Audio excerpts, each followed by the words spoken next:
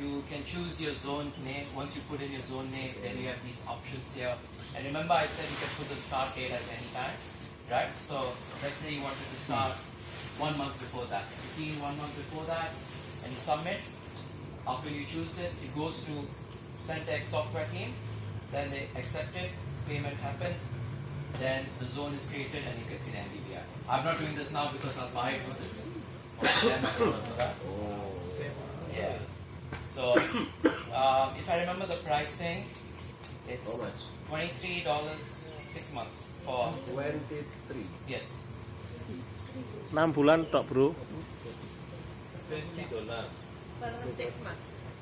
And for me to 23 for 1 year. 25 23 23 6 bulan. Enggak, $23 per 6 bulan. Nah ya per 6 bulan. 345.000. Iya. Kalau 830 your money in your money. Kalau yang tadi itu 600, 300. In my money, 345 rupiah. That's like Facebook. Yeah. 15,000.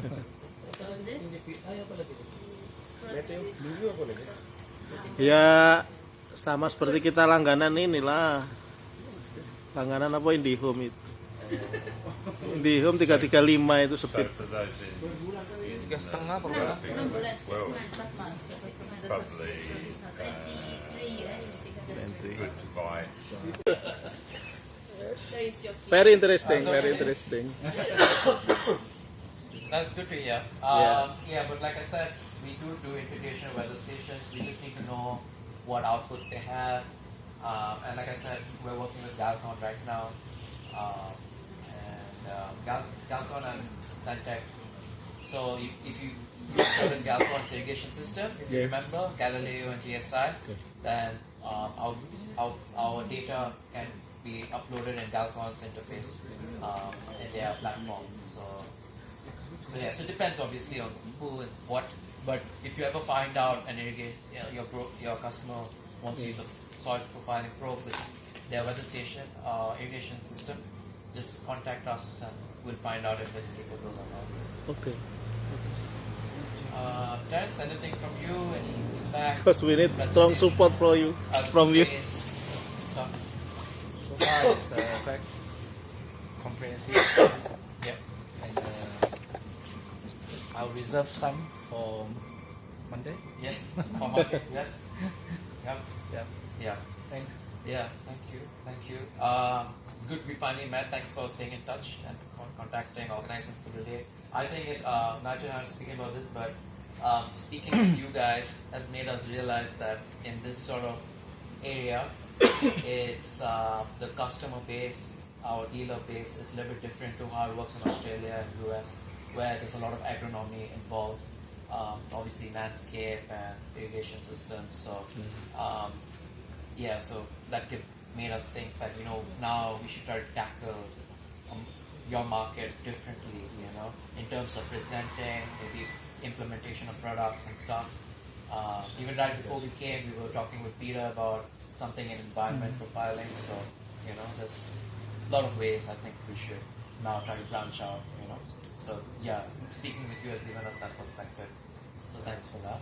Because the the biggest difference between Asia and maybe you talk about North America or Australia is how the market works and the cultural difference.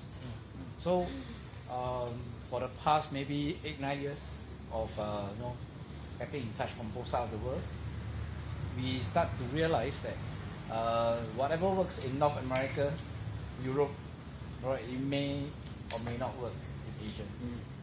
So there's a different approach, and therefore we are always evolving and changing the way that we are looking at things.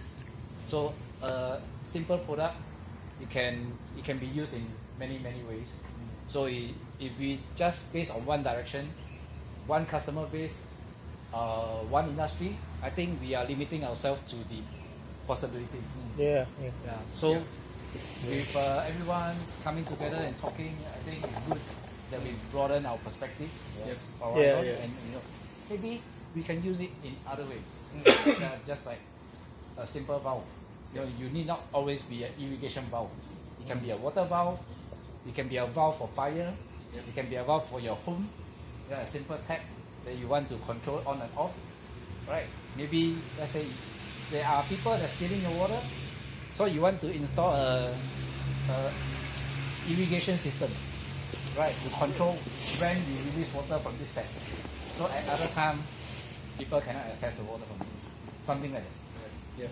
So I think it's good that everybody come together and we think about more possibility of using the system, using the system. Yeah, exactly. Anything, Desmond? I will talk because I am the sales. So like me. Okay. All the So, boss. She's the boss of the house. yeah, I'm the boss of the house, right? I would like to say thank you for the DSR family, the group, because they're very hospitable to us, and the facilities they allow us to use here. We're very thankful for that. And then my co-dealers as well, I'm very thankful, and to the Simtic, our trainer. So from this training, we learned a lot. Being an Asian, we should not only continue to be in not to adapt the technology, because the technology will leave us behind. So we keep moving and we try to study on how we can adapt in our place, and then let's move forward. And then who knows, maybe we can cope up with the Western world. If we don't adapt them, then we don't have any hope. And then we can help. Especially my focus is the government. So the technology I learned from here, I will use it in the Philippines. I will try how we can develop us with the farming, especially the rice field. Yeah. So I'm very thankful that this training come into reality, and I learned a lot. Thank you very much, especially to this art. Applause for DSR. Very thank you. Yeah, definitely. Thank you, DSR team. We've been in touch for a couple of months. Special thanks to Risma, because I've annoyed her a lot. Messaging, calls. Thank you for food. And no, it's great. And I think we should have done this long ago. But things are changing now, and I hope this. Getting you guys here to come here and organize and spend some time shows me that we should be working with you guys. So we have dealers in Southeast Asia. All of them got the invite. Only you guys turned up. So that shows to us that these are the people we want to work with. And it's been a great positive experience from my end. First time trying to organize something and present something. So thank you, Nigel, for coming in last minute as well. Can I just add thank you to you guys as well. Thank you for letting us walk around in your field here and stand on the corn. I hope we haven't cut any drip line. It won't tell you which exact plant, but again, if you know the area, when you go and walk into the site, Yeah, you'll it's find right. out. It's going to give you more information. Yeah. Okay, Vikram, what is the difference between NDVI and then Meteor Blue? Meteor Blue. Yes. Okay. Meteor Blue is just a weather station which gives you your weather data, like wind speed, evapotranspiration, humidity, temperature, Forecast? and forecast for next 7 days. 7 days. For next 7 days. And this that area or Yes, for your selected area. So let's say you want to find for Malang. So we try to find a weather station near Malang which Meteor Blue has access to, and we give you the data. Obviously, it won't be as accurate as your weather station here. But let's say you have a customer that just wants to know. He doesn't want to buy a weather station. He just wants to have a rough idea, right? And the beauty about this is you can copy and paste the data into your graph, so you can see everything synchronized. So better we use, when we use in NDVI, better we use Meteor Blue also. Yes, I mean, like the examples which I showed you, those guys did both. They did get an EBI tariff. They have Mexico, so they would make some. One of the India ones research, Pakistan, they bring actual production. But well, it really depends at the end of the day. Look, I think if it is important to have rainfall and at least temperature data, because as I showed you in these graphs which we make together, you'll get your readings more accurately to know what your rainfall is for that day. And that data is always collected. So you collect it from the past, you have it as an access. So let's say your subscription ends. You don't lose the data. The data is still there, it just doesn't continue. So again, it's do you have example? Yes, Yep. example for Meteo Blue. Sure. So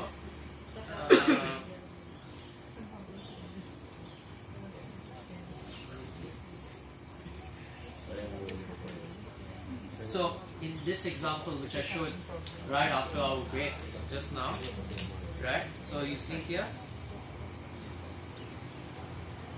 this is ET rainfall. This is the soil moisture rate. Let's see if we let go. Do I have permission now? Oh, I have permission now. Earlier I didn't have permission. Oh, so I just want to show you here that. Okay. Alright. So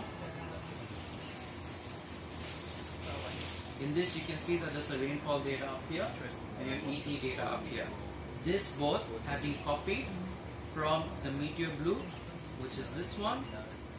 So they copied from here and pasted in that graph here. So this is Meteor Blue. See? So you have your wind direction, wind speed, humidity, ET, rainfall temperature. So that you get this. So all of the information is always graphic here. Is It's always graphic mode. yes, like this. Yeah. Yes.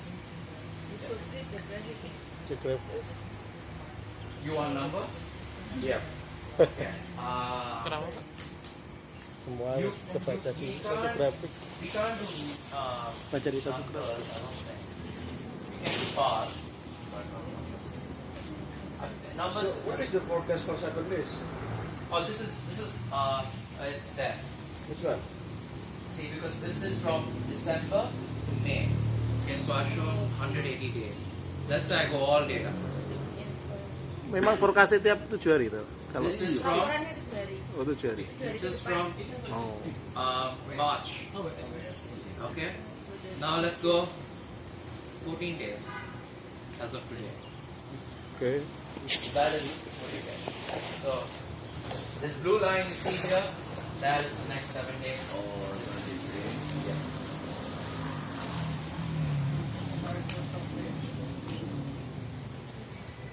It's a powerful software, Yeah. Yeah. automated. It's automated, and like I said, it's only $23 a year. $23 a year. That are much. This one, yes. Yes. Still not yet discount. Just the major. Still not discount. The idea is we are not. It's an addition to your soil moisture data. What we specialize in is monitoring what's happening under the ground. Oh. But let's say if someone doesn't want to spend thousands of dollars on weather stations, I know but let's say someone doesn't want to spend thousands of dollars on those or spend a lot of money on satellite imagery, then because they want to monitor what's below, focus on that, then you can just purchase these additions which cost really nothing compared to how much you would have invested in a probe anyways, and you get those information on those two things. Yeah. So Meteo Blue is only the software or applications or device with the device. Both NDVI, Meteor Blue, no device. No device. You don't have to buy anything, it's just the software. So how can you forecast about the weather, about anything for the 7 days? Because Meteor Blue collects data from the closest weather station around your location, and it gives the prediction of that. So again, like I said, if you go in the maps, it will show you where they're collecting it from. It won't give you accurate data as you have over here, but if let's say if it's only a couple of kilometers away, then you gauge whether if you don't have money to spend, don't want money to spend, but you still want to have these sort of information, then you can get it. So again, it's like, let's say you meet a customer that, you know, he doesn't want to spend. Let's say he's buying our soil moisture probes, thank God, right? But he doesn't want to buy a weather station or whatnot for some reason, let's say. It gives him a guesstimate. Yeah, then you just, this gives you, it's like it's not the most accurate, but it's not wrong either. It would be, you know, it is giving for that particular region. It's like the rainfall for Malang, let's say, right? Now, rainfall for Malang won't be the same over here, but in general, you get it.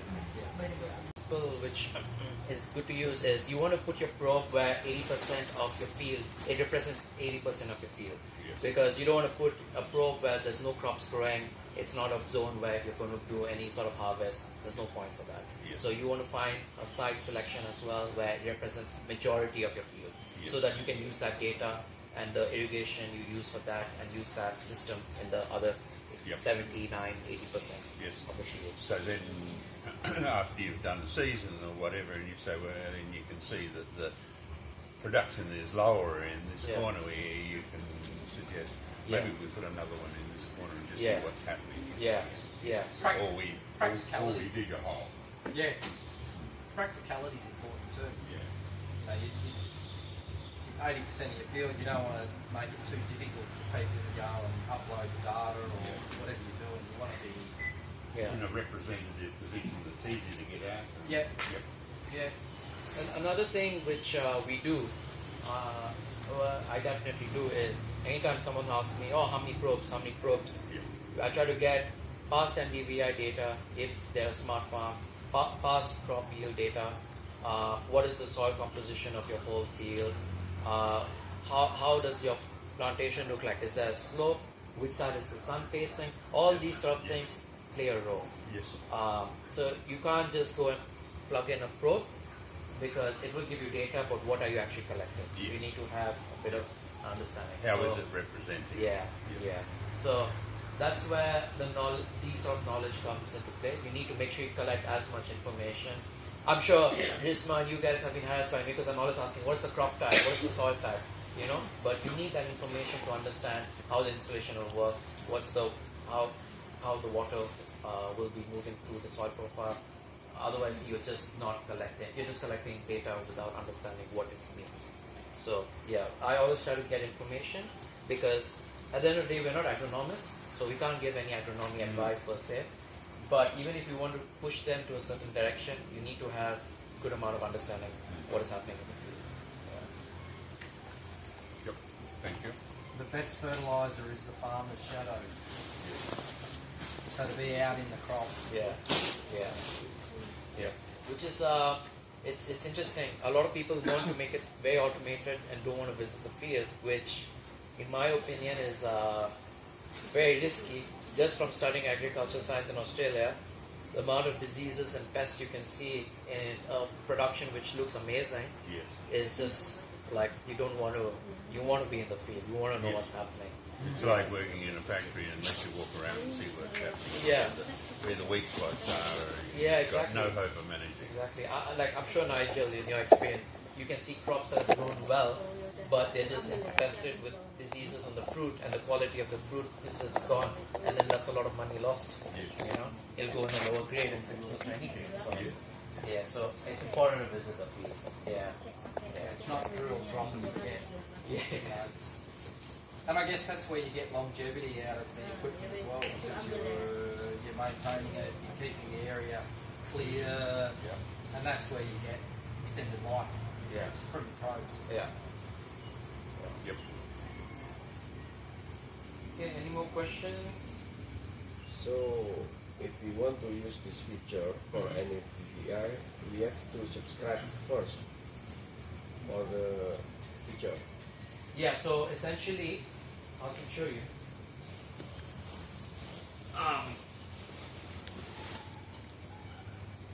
Can I log into your account? Just to show us. Irigasi. Yes. Okay.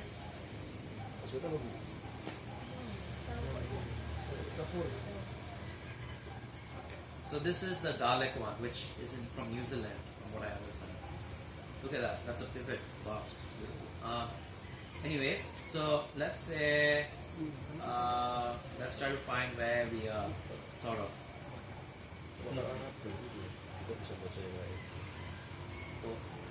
Okay, we're not going to be in Malang. We're going to be in someone else's home. But let's say I want to take. Oh God. Okay. Well, let's say I want to create a new zone, and I click this. I draw this. Draw this. Draw that. And that. Oh, so we can do by ourselves, yeah. Yes. Yes. Oh, sorry.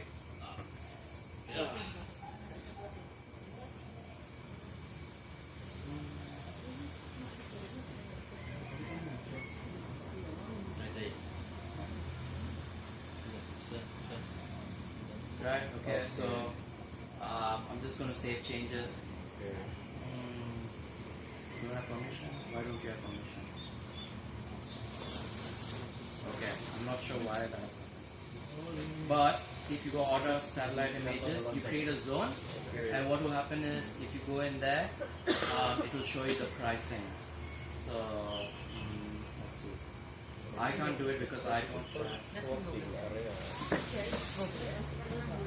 No, it's a special service that they buy, that they it's using, it looks like Google Earth. Just give me a second, let me try. Laser imagery. Bisa. Like, Sama dia nanti bisa. The client cannot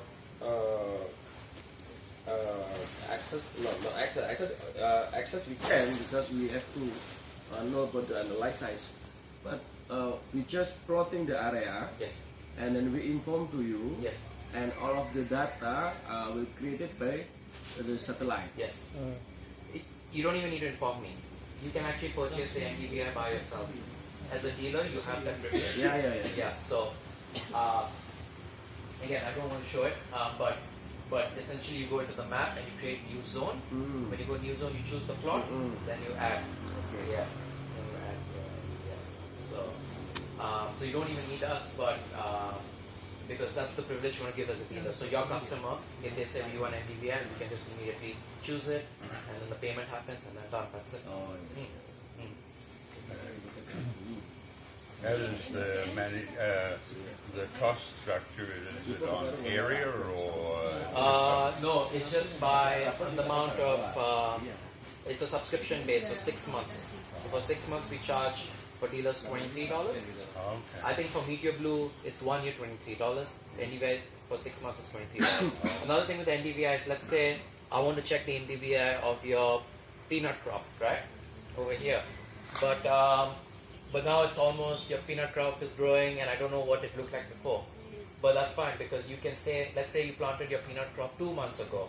So I can tell the NDVI I want the image to start 2 months ago. It would have already recorded some pictures from 2 months ago till now. So you have your past NDVI already. And then you move on from the current one. Yeah. Very clever, yeah. Foto udara, sawit, soil analysis sekarang. So can handle how many maximum of the area Coverage. coverage area? You're talking about NDVI? Yes. The coverage. As much as you want. The bigger the plot, the better. I've had issues where someone is asked, like your plot, for example, I wouldn't recommend NDVI. It's too small, so they can't. The satellite can't take a real accurate image. I faced that issue with a research group in India. They wanted NDVI, and it's too small. The app. So if we're talking about the maximum and minimum area, Yeah. how many? The minimum. What the What's the number? Yes. I don't remember. I don't remember. But this is small, yeah. Yeah, this is a bit small. Yeah. We could try, but I wouldn't recommend. I mean, not that we can't do it because it's pretty straightforward. So, but it won't give an accurate image. It may not even give an image to begin with. That's the issue I face. They were not even giving an image. pikir ini. So actually I'll show you what we did. Yeah. Okay. So.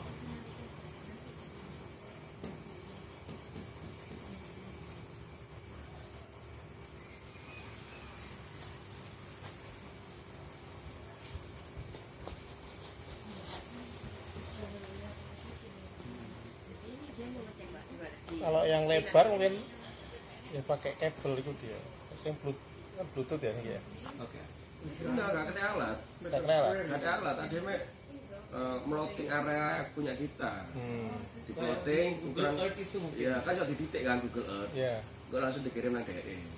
Oh. DE sing ngarap nang kantor. It cannot be in the background, the Google Earth. Round? Yeah, no, it cannot be in the background of the area. Well, Like that's what we did. So, this one is a research group. They wanted to do this blue zone. Okay. When I tried to do it, it would not work. It would not show anything.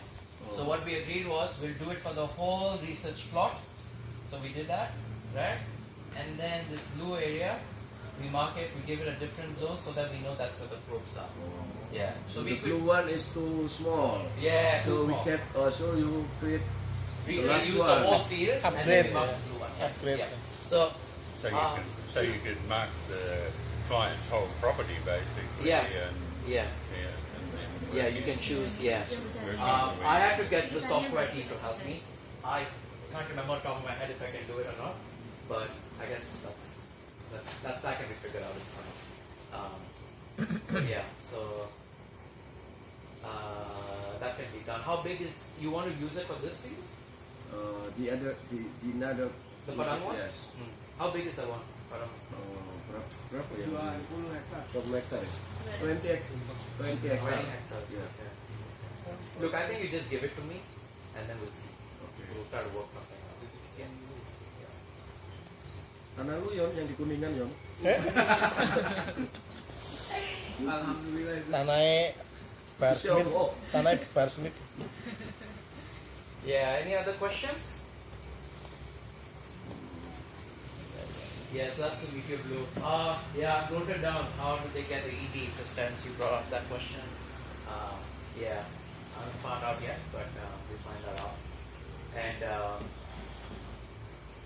yeah, I don't think if there's anything else, but no, I think it's, yeah, I covered everything I feel like I needed to. So,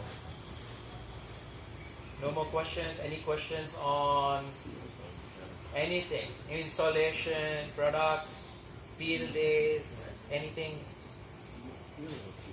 Any questions? when you're starting off Yes. with the product, Yes. any recommendations on how to go about selecting a property to start your work on? Like site selection? You know, what's a good place to start? Yeah, yeah. That's actually, I think one thing we should do is we should have a PPT on this because it's such a detailed. On the engineer eye. No, on site selection. Site selection because there's a lot of agronomy Yeah. background knowledge. Lot going on here.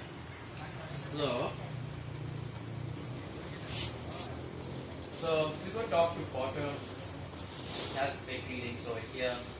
Anton, this is the way you wanted your graphs to show. So that's what we were talking about, which is it gives the actual value and not in terms of the position of your growth. It's more about the data itself. River transmission has been collected from meteor blue, rainfall has been collected from meteor blue. So if you remember, I mentioned that you can copy the graph which you saw on meteor blue, which was the 5 different graphs. You can literally copy it, paste it here, and then now you can compare your data with your ET and rainfall. So that makes it just much more easier to understand if a particular day your water content has gone up. Is it because it's low ET because there was a cloudy day, or was there rainfall, was it irrigation, or so on. And okay, I might as well explain this bit here. So with what do you mean? I have permission. Okay. Apparently I don't have permission. But if we were to expand this graph, you can see that these blue and red lines here. So our software team is right now developing an algorithm to detect waterlogging stages based on past readings. So if you key in the right amount, make sure you put the right water holding thresholds. After a few times, it starts to detect and understand what is the actual reading, and in the future, it can give you that prediction as well. And that's the same with the red one, which is a stress one as well. So it'll be a point where we hope that you probably don't even need to choose, because the AI will detect itself based on past readings and information you're going to give it. But that is not a feature available yet. Even I don't have access to that. But since it's here, I just thought I'll tell them, yeah, maybe sometime next year there will be a new feature. And I just wanted to show as well. So I mentioned about the water. Sorry, let me come out of it. Yeah. So I had mentioned about how you can collect the waterfall and ET and stuff.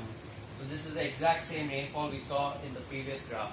It is collected from this weather station, and all you have to do was just copy, go into this graph and paste it. So that's the idea of having me to do an NDVI, which is just to add more to your data. Now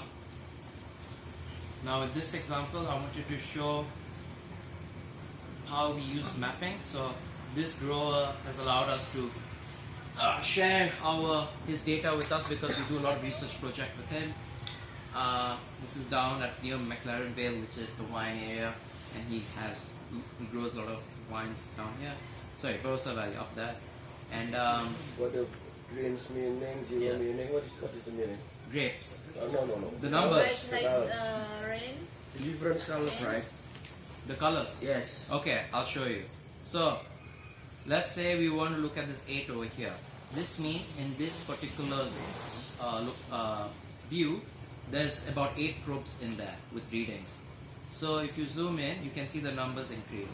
So now you see that, okay, these are the numbers right now for these particular probes, and these are the numbers for these probes. So the green means it's in the green zone, which is it's in the right water content stage.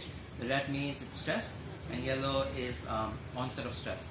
The reason it's a lot of red is because the viticulture season has ended already, so all crops are harvested and there's nothing there. But let's say if I click on this, on the 4, and that 4 became into percentages now. And you can see over here that you can put it for each paddock with whichever field, and you get the readings for it. So let's say we do this, and if I don't know what he has here, but I hope it's good data, and it is good data. So you see over here, and since it's viticulture, it's pretty much similar to the same example. Water content is high here, purposely brings it down towards the end of the growing stage, increase sugar concentration, it goes on. So this is one of the map features we have. So every time you put in a probe, it will give, you can go to your map and then select it to showcase on Google Maps here. I haven't taught you that just because I don't want to overwhelm all of you. But like I mentioned, in a couple of weeks' time, we are announcing the learning platform, and in that learning platform, we are we're going to have a lot of videos and resources for training Airmax Live and so on. So that will help you and show you that you can do all of this as well. But another thing I want to show you is NDVI. So if I go here, so this is the weather station, which apparently is in this area, and well, it's supposed to be this paddock. It hasn't been recorded for some time. But if I right click and I go to zones and I click this, okay, it took me to another place. But if I click NDVI, you can see that this is the NDVI as of April 17. So if we click here, we can see that this is the NDVI that has happened over time period. So if I'm not wrong, they just started planting over here, and that's why it's all red, because it's bare soil, and the NDVI is low here. But then as you click right, you see 2 days later, And okay, I'll just show this instead. You can see over time it starts increasing. The color starts becoming brighter, becomes more green, and that's when it's doing well. This is potatoes, but unfortunately there was a pretty big frost season that happened in this part of Pakistan, so they lost all their crops. Yeah. And I think now they started planting something else, but I'm not 100% sure, but it's showing we're showing the data for that. So this is the NDVI reading we have, but you, like I said, you can have your other ones which are NDRE, REC, L, but that depends on your end user. Maybe they're most. Yo, today this is studying together. So the concept is fun to Maybe a bit too much agronomy for you guys, but I think it's good to have an idea, understanding. So when it comes to marketing these things, it will be easier. So if you have some people who have the agronomic knowledge, they can promote this well. So that's the idea. So I'll just explain some of the other usages we have for Irmax Live. So one of the things, well, obviously you know our sensors can provide is the salinity. So that's the tri-scan probe which can measure moisture, temperature and salinity. But we haven't really discussed or worked with any Irmax Live data on it, so I just thought it would be good to show. So what we measure is the volumetric ionic content. So that just basically means how much salt is present in the ground. And when we talk about fertilizers are generally they have ionic content, so they are kind of like salt, right? So when you apply a fertilizer, and usually when you apply it, if it can be dry, it can be liquid, but even if it's dry, you have to make it wet to become dissolved, right? So your graph over here can calculate the fertilizer amount that has been applied. So in this example, you can see that it's a 30 centimeter, and at this particular day, this grower has added 50 pounds of nitrogen. And what has happened is obviously nitrogen is a very mobile nutrient. So when he would have applied it, it would have been in liquid form, would have gone down the soil, and you can see how deep it has gone, with most of it going the top two layers, right? And then you can see over time, he hasn't done anything much with it until the end of the month, where he has reapplied the same amount. So what he has done is, he has seen that, okay, this is the time I want to apply, he applied it, and then as time progressed, when he goes back to the same amount, he applies it again. So this gives you an idea of understanding when to apply and how much your salts are moving down the profile. So it gives you a good idea. So maybe old tradition is you do it every week or every 2 weeks, but when you can really see how it's moving down the profile, I think that's a better indicator of managing your fertilizer input. And just to showcase as well, you can see that when he applies the fertilizer, that the water content has gone up as well for that day. This is hidden. This is also hidden, but yeah, you can see here. So that shows that he would have had to make this fertilizer into liquid form. Now another thing we can do is we can show 2D profiling, and this is more for research. So these are the EnviroScan probes, and what they've done is they've placed the probes just right next to each other, and they've measured the movement of water across the soil profile. So you can see that most of the water using this indicator here are in the lower zone. So that shows that the water goes down very quickly and it moves towards this direction. So that is where the origin dripper is, and I think it's towards this side. So you can see that the liquid is flowing down here because that's how the soil profile is. And similarly, you can see the salinity on the side. And that shows also how much of the ionic content is in line with the dripper and the probes itself. So a lot of this is being done in research. Right now we don't have that on Irmax Live, but we can only do it on Irmax Desktop, but it is a feature we're adding to Irmax Live, so it should be coming out very soon. I won't go too much into this, but essentially we've spoken about this before. It's again about understanding your soil profile. This is a sandy soil, and when it gets irrigated, you can see the water has just gone straight down. And if you compare the probe alongside from the dipper, Okay, I'll inform you. when you can compare the probe side from its dipper, you can see that at 20 centimeters it is fluctuating a lot, but when it's 60 centimeters away from the dipper, you don't get the most accurate data. And that's because the soil is a sandy soil, so the water just flows downwards. This is another example showcasing, I don't know if the video is playing, it's not playing for some reason, but essentially what the video would show is that that's where the dipper is. That placed probes 40, 80 centimeters away on the left and the right, and you can see that the water moves like this, which is pretty cool because that shows that while your topsoil may not get water, your 40 and 80 centimeters per year, but when it is, but in the lower part of the soil, it can actually use up the water. Oh, see, so there's the thing. So you can see that majority of the water accumulates in the middle zone here. And it seems like there's probably another dripper somewhere here, so the water is moving here. But you can see as well it moves towards the sides as well. Now this one Nigel has run through as well. He was talking about how growers can use these yellow zones to understand that they're stressing the crop purposely, but increasing the sugar content of the grapes, or trying to avoid diseases for the potato crops. So I just thought I would showcase this here again, just showcasing that you can make smart decisions in terms of improving crop quality. So soil temperature is another thing we haven't really talked about, but we have had growers that have used temperature as a way to prevent any diseases from happening. So powdery skate is a disease that happens a lot in Australia, and usually these are the thresholds it's in and up and lower. So what they would try to do is they try to avoid it. So the ideal conditions are 12 to 15, so they've put markers over here. And what they've done is that they've measured the temperature at this particular depth because that's where it affects the roots. And they have tried to avoid to be in this zone for as much as they can. So usually on hotter days it goes up, but then if they want to cool down the soil, then they water more, so they manage their irrigation that way to avoid Ya diseases. ideal ini ya, tapi ya berat. Kita aja cari Okay. 27. So these are some of the additional features we also have, along with your max line, which we're partners with other Ya companies. ideal. So one of Australia, them is the satellite imagery. So in this one, this is the NDVI one.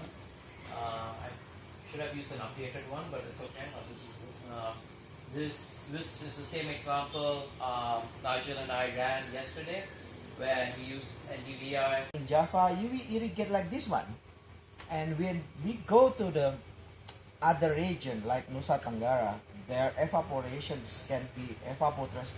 can be reached 5.5, 5.8. It's not much like Qatar.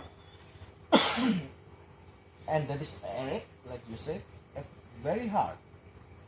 And why soil sensor is important? Because the most important, we irrigate is not the plant, we irrigate the soil, basically. The real one, we irrigate the soil. So we must to know how much substantive of the percentage we must to provide in the soil. So automatic weather station is only, evapotranspiration is only how much we must to calculate, but they're not designed when. Say when, in my opinion, is the soil sensor. That is my opinion. When this is must irrigate, when you stop, when you starting. So this is, like I said to Risma, this is the what I teaching is very hard for evenly the college guys, is how to manage this, because they not usually evenly the bachelor guy is hard to know how to calculate this, and that is important evenly for farmer, because 100 years ago or 50 years ago when our grandfathers don't know about this one basically. So this is, in my opinion, is it must be continuous for the data. Correct. That is my opinion, because without data we cannot present anything. No. As a sales, we only selling. We are not, like I said to my sales, we are not sales of insurance, only selling a dream, only selling a papers. We selling a data, basically like that. So that is what in our irrigation we selling a data. Ya. This one, you must should be irrigation. This one, that is when DSR selling is always like that. Unlucky that is Pak Iksan agronomy, Risma also agronomy, myself also agronomy, he also agronomy, basically like that. Pick you agronomy, right? So I have a lot of agronomy, and our customer is agronomy, sir. In like Tadeco. The manager in there's name is Jerry. Do you know him? His name is good agronomy. He's always talk about how much water applied in the drip and how much evapotransport. He put the sensors in the middle of the tree, in the top of the tree, basically like that, because only collect the data. Basically like that. That is, as I know, you have a best banana plantation in the world. Banana and pineapple.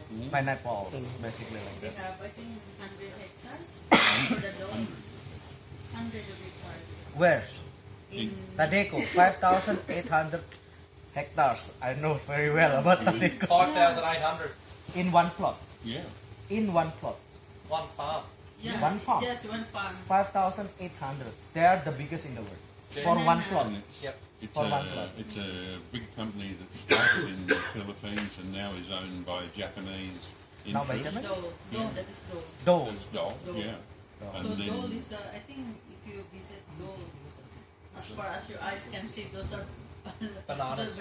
Pineapple. Pineapples. and, Just and pineapple. where and in between where Just near- it won't just grow near our pineapple, thousands of acres of bananas. And next is banana. Yeah. There is in Tadeco have a lot, sir. Basically like that. Yeah. Yeah. I know Philippines very well. Only 3 times I'm there, and Tadeco have a lot of good agronomy, and their plantation is a clean, Yeah. Beautiful. clean. Banana plantation, the cleanest as I know, is there. You cannot see any No leaves. weeds. Yeah. Yeah. No leaves, just very clean. Yep. And then you can say what I can see is that they make some small irrigation. Canals. Drainage. Yeah, For small drainage. drainage. Yeah. And then banana. Then But that is drainage. not small, ma'am. As I know, I cannot jump it. It's 2 meters. Yeah. It's 2 meters, and the dip is more deep than me. So just really, really well managed. Oh yeah. Yeah. Yeah. Yeah. Yeah. They're top producer of banana and pineapple. And I'm thinking that with a little bit more technology, we might be able to make them even better. Yeah. Yeah. They have So- 25 kgs now. So we have new product now that is a commercial drone that is going to use a spray in the banana that can carry 15 liters of 55 liters of Whatever. yeah. Water is falling to the ground. So Yeah. it's ideally you should have a weather station for your own place. Yeah. The only thing that I'm not sure how they do the ET is it's probably some satellite. Yeah, that's a good question. I don't know how they do the ET, but because it has to do with evaporation and transfer. Yeah. So it'll have to be some sort of So what I know is wind. Yes. Then heat flux. heat flux. Yeah, Yeah. yeah. I know that sometimes weather stations have like a fan or something that collects the water and then somehow compares. I don't know. Well, it's quite a different system that they set up. They have some like upside down weather sensor, a solar irradiance sensor, measure the irradiance that bounces back from the ground. There's a heat flux sensor, and all these I think probably fit into formulas, and then you get the evaporation. There's I think it's a French company that put those, if you call them upside down sensors, using lasers up into the Oh, and collecting. that's I think that one is scintillometer. That's to if you have a big piece of land, you can have like one sensor pointing a laser. These It's are a- pointing straight up. No, because they give us I our, think they give us our ionosphere. ET, you want to see how much that water evaporates from here. Right? Yeah. So if you look up straight, you can't see the profile. So you want a profile of horizontal profile of across the line. How much? What is the ET? But that's really expensive advice that I don't think typical farmers would do it. But most agriculture sites, I think they will use that with weather stations, heat flux sensors, or there's another device called lysimeter. I only know the terms. Effectively, how they work is, again, they have got sensors measuring how much water goes inside, and then I think they measure the weight of the water left after a day, and then they work out using some formulas. And for the developing countries, you don't need one at everybody's site. You could put these at regional centres That's type right. thing, and then feed that data back out to all the farmers, and it's going to be 10 times more accurate than a guess. Yes. Yeah, good. But it's Yes, not like going to better be than nothing. exactly site specific. And gradually, I guess people, sensors and stuff will get cheaper and whatever, and everybody can have a little one that goes in like you could. Yep. So where would the nearest government? Have it. It's around 10. Oh no. 10 kaki. 3 kilometers from here. 10 kilometers? 3. 3 kilometers. Yeah. So the thing with that is, with the meteor blue, is you can collect that rainfall data. So you literally, it shows you in this sort of format, like that format, 5 of them, and you have for your site, so you can just copy it, come to your graph and put it here, and then you can just compare day by day, and you can see. So yeah, it just gives you a better way of seeing what's happening. So you are saying that the software or device that you just mentioned, it can actually calculate ET and give you the data. Yeah. You don't calculate ET, right? You take the ET value and feed into your formula or your graph. No, I don't think so. I think they calculate ET. I'm not. Because I can't currently I'm doing a consulting project in Dubai, Expo City. So they have a system called the LEED, a lead design. So inside the lead design there is a formula that I'm expected to fill in rainfall as well as ET. So rainfall is easy, right? You can grab rainfall from the weather station all over the world. But when you come to ET, there is no data that is available anywhere. The only way to do it is by doing certain formula, and the formula is very complex. Yeah. It's not so straightforward. So the easiest way for me is I just grab the rainfall, then I do a certain coefficient, my K factor, then I just multiply it, and there comes my ET. But after you do that, you realize it's very stupid because the ET is either 0 or 0.1, 0.2. So it doesn't make sense. So I went back to the lead consultant, and I tell them, I say, okay, this is as best as we can give you, but it doesn't mean anything to you. You know. So in Dubai, Qatar, they wanted to be water efficient. So they tell us your irrigation should conserve water up to 60%. If anything that is not consuming more than 60%, then it's not a good irrigation design. But I just have to tell them that if you base on this data, then it's pure stupid. You know? So you will visit Philippines water is running. There wouldn't be so many days when it rains, would there? No, exactly. So the application rate will be very high, and evaporation rate will be very high. So they wanted to know what is the ET, but what's the point? You know, when you have such a low rainfall with high evaporation rate, then what you can do is you just keep applying water. Nothing much you can do. And watch it go through the profile. Yeah, and they are very sandy waste. Yeah. So whatever you apply, it goes straight through. Yeah. So you can just do maybe 3 times a day or 4 times a day. You have to do it in regular basis.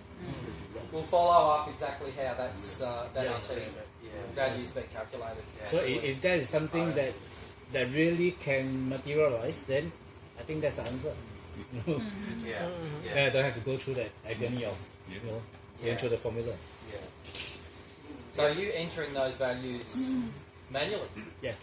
I calculated every single month. Yeah. For 1 year. So, but that is based on rainfall.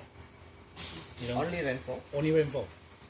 Because there's no way for me to extract any other information. I just take rainfall, multiply by maybe 0.6. Why they don't have any automatic weather station? A more friable soil that's not as heavy clay, there'd be quite a bit of soil accumulate around here. But because this is like it's clay, so we would carefully pull this away.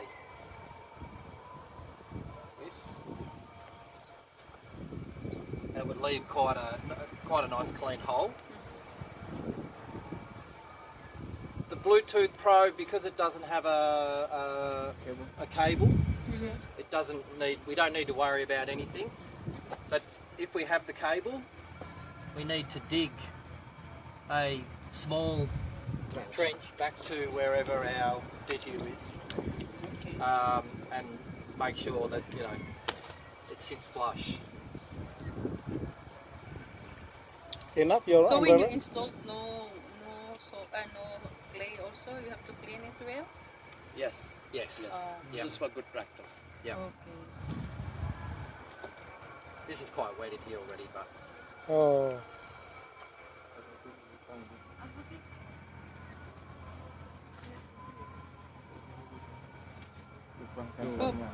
Right? Yo, it's all fast no. Ya Vic. Kon apa angel mati. Pak berarti harus tinggal di sini Pak kalau nyebutnya. that's it. There you go. That's the installation. Now, So what if Nigel, like for example, somebody can just like accidentally walk here, the one who will clean, does it will affect? For example, somebody can just accidentally, kick it. yep, or step, we have to install again? I mean, they're quite tough. Would But it affect the sensor? I wouldn't want anybody kicking it. I mean, you might want to put a marker. Must have a marker, Or, is good, right? Because normally for so it irrigation shows we that have you're a 35 box. centimeters. Small box. Yeah, a 6-inch one. Yeah. We just cover it. Because the farmers usually they're Can very convert in careless. percentage of your Yes. payment. Yeah. The government will pay like first and then the farmer Just will maybe pass it take around, but second. essentially you get to see the soil moisture. When you Oh, install, so put the this marker. this the reading now. Yeah. Yep. And that is one of the can show things in with the the Bluetooth Pro Ah, is that for the Bluetooth connection, it needs to be above the. So this moisture. Yes. So if you want temperature, you just swipe right. We only have moisture temperature for this one, but otherwise you get Vic cable, also, then, volumetric ionic You compound. know, it's flush Yeah. with the soil, So that shows that and you can. this is the depth where the most moisture is present at the moment. Yep. Probably from the installation. Yep. And we do have longer drill auger pieces, so you can actually go below the soil. So you just have to understand what the reading represents. Yeah, and then this goes up to your max life. We can upload it, How, and then that's how the graph about you this see. rod zone? Temperature. Temperature. It depends. In vegetable crops, So maybe we may have to let it stabilize a Because when the bit crop's before the finished, reading gets they take Yeah. more accurate. Yeah. Because we just and they go drill to and spray water. So Oh, all the reading is jumping in a park or a garden I think this setting, here and here. they'll 27, stay. 26, 27. They'll put the book box over the top, or Yeah. it depends. If you put, It's very if you fast, actually irrigate, then very fast to collect the data. let's see tomorrow because Yeah. it'll be collecting data. Exactly. Yeah, Then you're gonna see it live. Yeah. good. So what are you seeing on the app? Very fast to collect data. Basically, the moisture content right now in the soil. So the highest is at 25 centimeters, at 50 millimeters, close to 50 millimeters. 35 is also similar, and your lowest 55, which is 9, no moisture down there, and 5 at 30. And temperature? Temperature is pretty consistent. It's higher at the top. At 5, it's 28 degrees. 28 degrees. Yeah. Go ahead. And at 45, it's 26.4. Yeah. 55 is 27, interestingly. But yeah. 26. So I'll just pass this around so you can have a look. Soil. You just swipe. EC is not yet. Sorry? For the EC, it's not yet. This one is moisture, so they only have two sensors. Yes. Moisture and temperature. Yeah, temperature. Yes. Okay. Yeah, we have an EC one as well. We brought it. Yeah, but that's new, and this is a little bit old, so we use this. Okay. Yeah. So how we know this product for with easy or not with easy? How do you know? Yes. Okay, so when you open the cap, you pull it out. On the top, it's written M. M is moisture, which is the two sensors. If it's with salinity, it's with a T. It's a tri-scan. Yeah. Price can. So for the rice bread, what is the best Who's the best pro? PM or T? It depends. People sometimes use tea because they use fertilizers, so they want to see how the salts go. Yeah. Lower. Otherwise, some people have salt levels coming up. In the wet season So will be lower. lower toxin. Yeah, but the coldest in the dry season. The coldest night in the dry season. Yeah. For average in the rainy season is more lower. Yeah. Basically. It's be 28 degrees at 50 centimeters. It seems quite warm to me. Correct. For your side will be Quite safe warm. warm. Yeah. Just shows you how much. Yeah, so you put the probe in there, close it. Oh, I thought you're going to stop. Just. Well, depending on the soil. Okay. I reckon that being clay, I reckon it's pretty hanging on pretty tough. Pretty, yeah. Be like the old star dropper. Tapi, ini apa kalau ngetakno iki? Apa? Narik. Kali, Pak. Ono iku lek warek gurung kau ngene ya ngene iki. Lah, So every time, like after the harvest of the rice, you have to remove. Yep. So after a rice crop, you move to a new paddy. I think you can pull that out by hand. You could actually. You want Coba, try putting out a hand? dari mana? Fik. Tarian langsung. Aku dirusak, Pak. I think. Yeah, you Yeah, twist it and then Enggak bisa. Oh jadi buksa, no. Okay. You can Otherwise- use it. It will damage.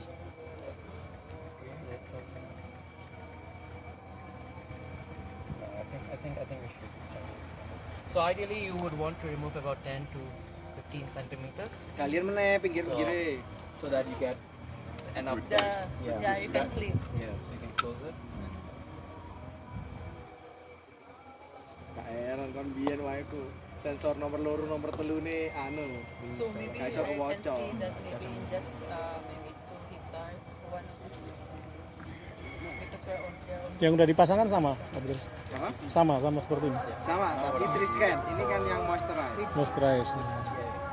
Are they lined? The paddies are lined with clay, or yeah? Look, I'd be just visualising 2 hectares. I'd be saying one crop. Just to get the ball rolling. To get the ball rolling.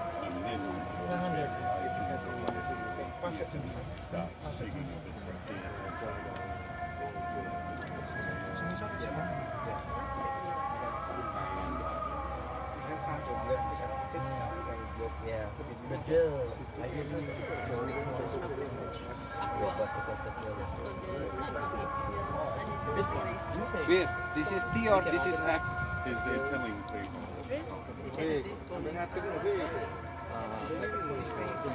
20 volt, which can actually fit and has can reverse back. Yeah, electric works, or even battery also. Battery is fine. 24 foot, 24 or 20 plus 4 shoes like this. So more than that.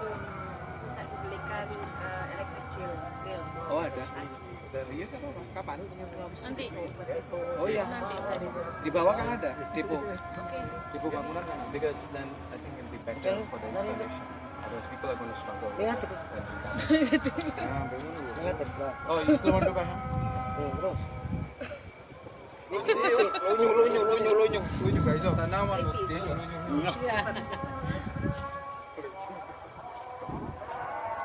Pushing right down. Go lower. Go lower. That's it. That's it. Ini putar-putar gitu larinya gini, kalau bisa. You're clearing the. Putar back. Yeah. Ayo wes. Sambil diputar back. Putar lagi baik, ambil putar baik. Lagi. Putar. I think that is a clay. Too much water probably. As you can see, it's gonna stop. Wait. Yes. How to know this is M or T? How do you know if it's M or T? Okay, so this one I can go and check in my database and let you know. Also, I can find out. So that's the one you have right now? Everybody. You can start installation with Mr. Nail. It worked for everyone. I did the same thing. I just configured the group. They were having the same issue. Drill and probe. Yeah, all of them had it on group. Drill and drop. Oh, drill and drop. Drill and drop. We're in a corn crop.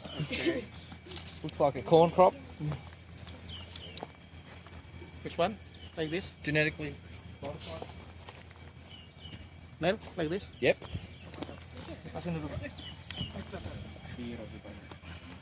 Okay. So you might want to just hold it. Push it. We use Chrome and Photoshop. Sometimes what happens is... Nap? Yes. Yes. So it takes time to upload. Using, I got them all. Different job, yes. We can perhaps come back So and tighten a little bit more if you feel it's still loose.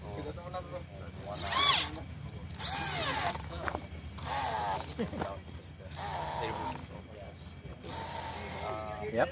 Now.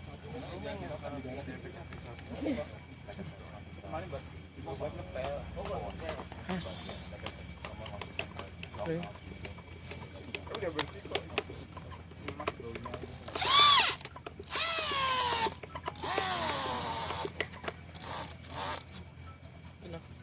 Enough. Yeah, that's good. So, and then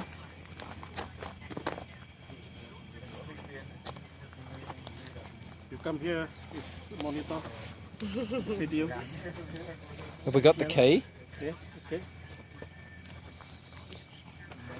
So we'll remove this this socket. Left. Yep. Insert the auger.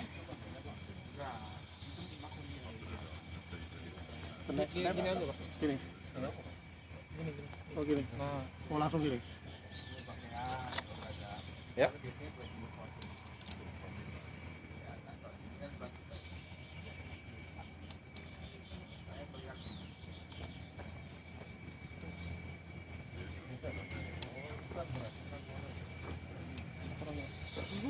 It's recording.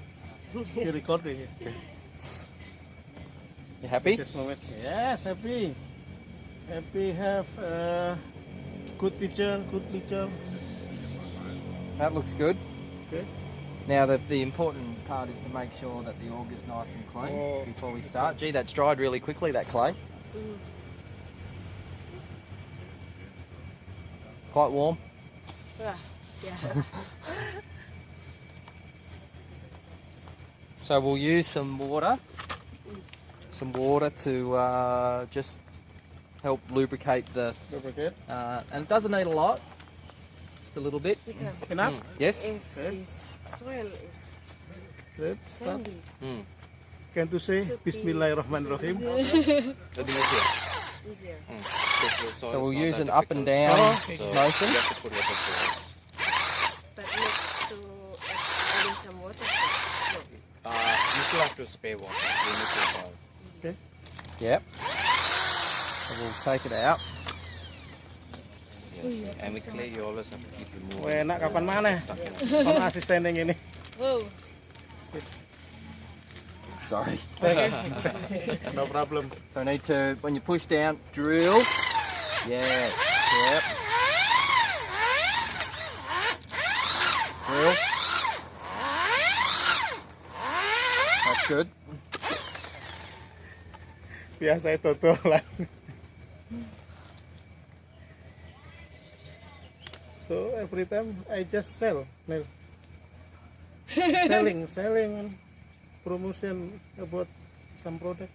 Yeah, he's famous in not Indonesia. practice. He's famous. He's Only- got a YouTube channel. On look at you. Okay. Yeah, Vlog. Yes. 1 million views. They can say hello. Selebgram. Hello.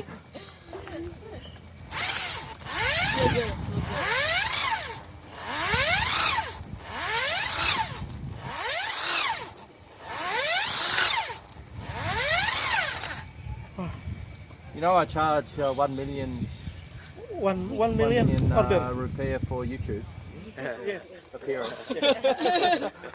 If you subscribe my channel, I think will be 1 million people Okay. follow you. I can to say hello. Terus yang ngikut siapa, Bang? Enggak yang ngikut.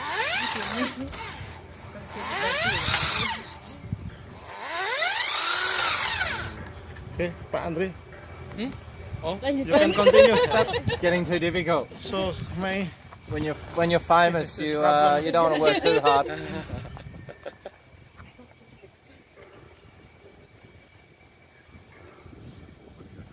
It's coming out quite dry. Okay, It dries up so quick. Huh? let's get serious. you stand.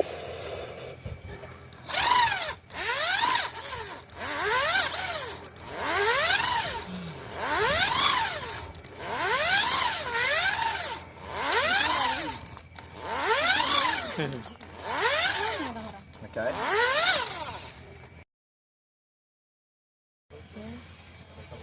Now, if we had a probe with a cord to DTU, so that means we would have to dig you won't be showing pathway for the cable to go to the DTU, but we don't. This is a Bluetooth probe. This place for cable.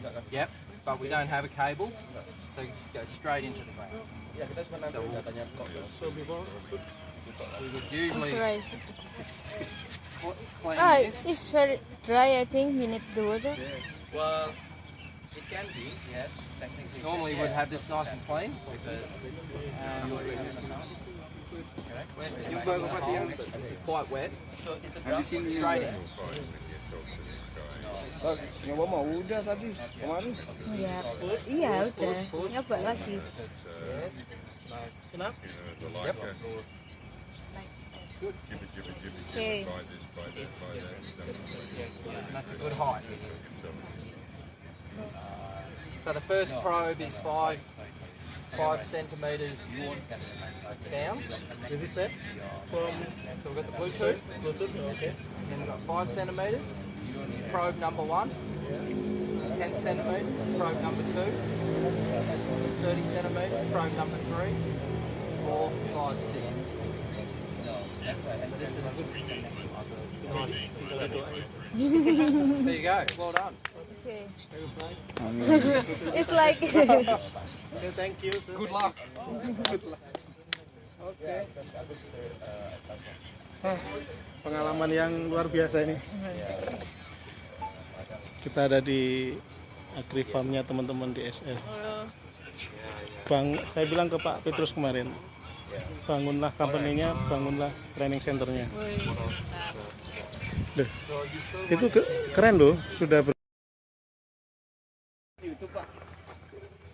So I have another channel YouTube, only talking about durian, alpukat, everything. cara menanam durian gitu. Yeah. Bukan. No, fertilizer program, Oke. durian.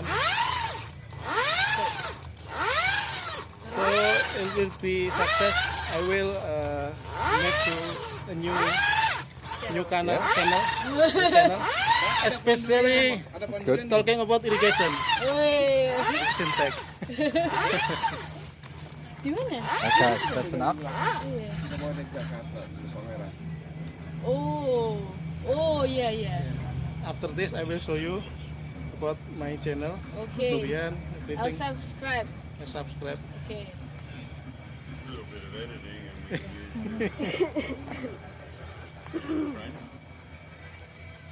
They can see the boss doing it.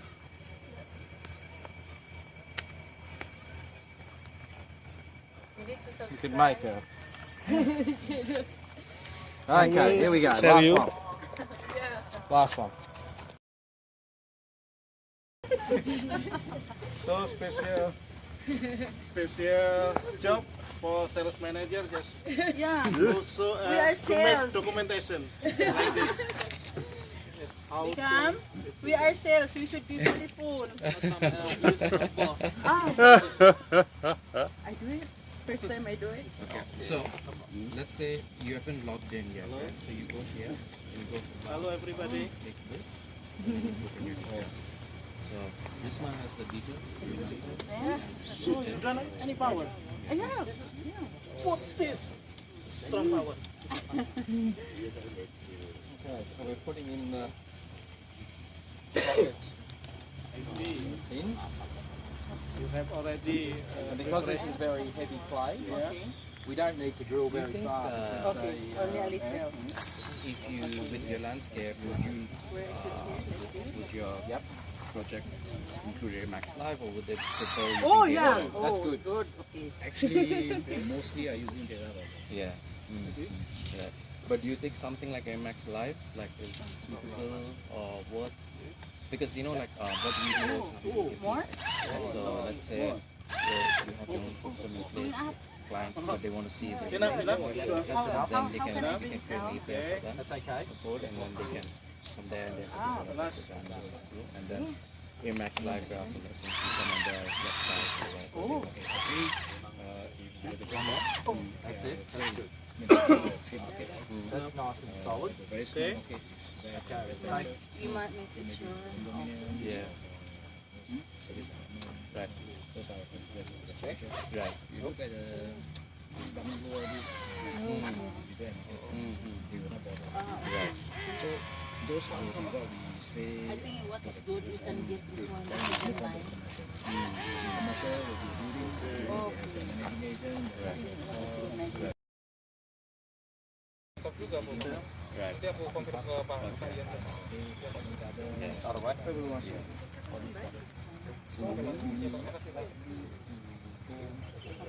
Making sure this is straight, right? Like the API. Oh, and stuff, it'll naturally. because they might also be trying to create their own hub. Yes, no surprises. Pink. Yellow.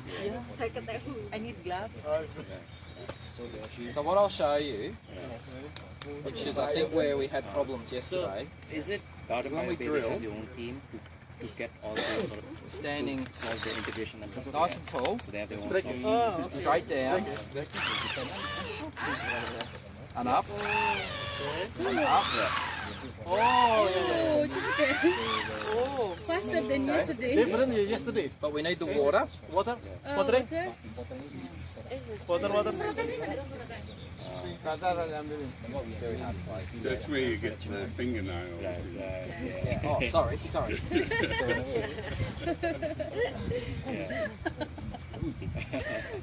I mean, Just to. Can you also practice? Leila? Yeah, I can do that. I'm Take very it good up in drill. here. Just a little bit here. and again, like you said, Just sitting in the office. Yeah. I tell them that. it's interesting because even in Australia with farmers and stuff, if they see that laboring, their yields Oh. Okay, guys.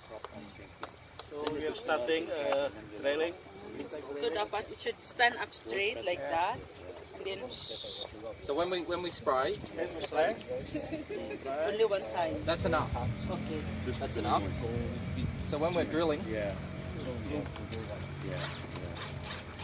And I know from radio, it's still an ongoing new process for your company, but Different these with sort of yesterday. things, Very simple.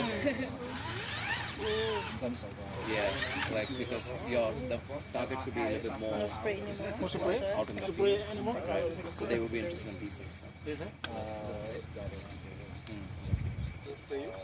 Oh no.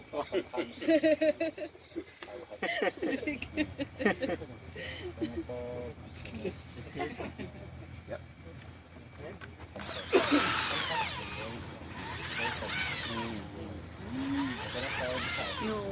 I think only 3 times, 4 times, yeah, 4 times. Yeah. In and out. Yeah. But I think the drill is quite weak. Yeah. Oh, It should really? be fast. Yeah. No, it's stronger. More power. Yeah. So The speed is right, but So meaning the lesson is a little that bit the equipment is crucial. yeah, it's paramount. It's crucial to have a good strong drill. Get a DeWalt. So we have to invest in the drill first. Again. Nigel, get a good Function DeWalt. is Yeah, the big power. I think high power. Yeah. only 4 times. 4 times. Yeah, it's heavy clay. Very good. Like cake and with Yeah, pastry. like Chocolate. ice cake. Chocolate. Brownies. But even their soil is clay, but lots of how do you call this one? Vegetables grow. Yeah. Yeah. Based We are technology. talking about porosity. Porosity. Yeah, because I think how here the Yeah. some clay, some of the clay area, it's hard for them to. You gotta hurry up. So- Nigel, you're 1 minute over.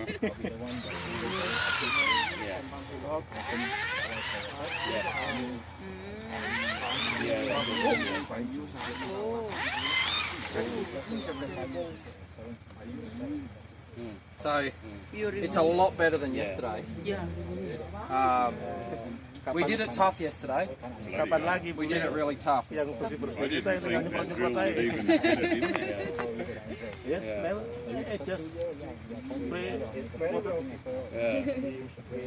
You cleaning. Yeah. Yeah. So if you don't remove this one, it's not get down. It'll fill up and it won't. It just won't cut. Right. You shouldn't have those. It just amazed me because the soil is And This is very difficult job. That's good. That's good. We don't want too much water. Oh yeah, okay. Just a light. I think enough one time again. yes.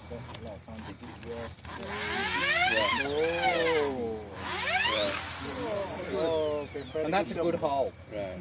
straight. That's a good hole. Yesterday we went in so many times that there's so much more Air gaps. opportunity for the drill to be Yeah. moving this way, moving this way. and it's not a straight hole. And the position, it should be standing straight so that it can just do. Yep. And it needs to be a reasonably quick process. Yeah, quick process. You know, yesterday took us half an hour.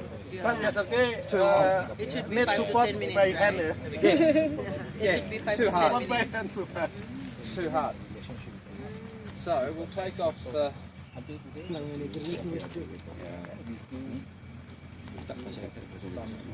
We should invest in a nice drill.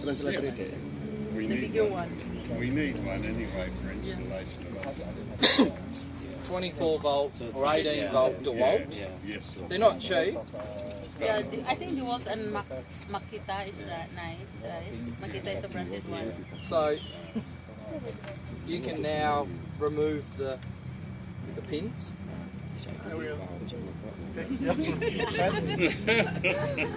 So actually, he's not a technician. Actress. Oh, Actress wow. from Philippines. See? Oh, I did it. Applause, applause, applause. Yes. Still young, still not yet married.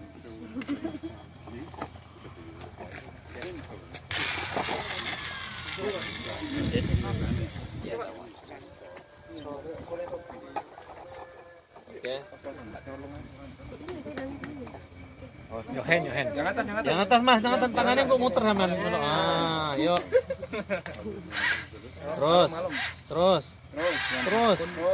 Terus. Angkat. Sama udah disiapin insurans juga. Dibersihkan bang. Bersihkan. Prosedurnya dibersihkan bang. Nah. Tuh. Sorry. Just very little amount of water.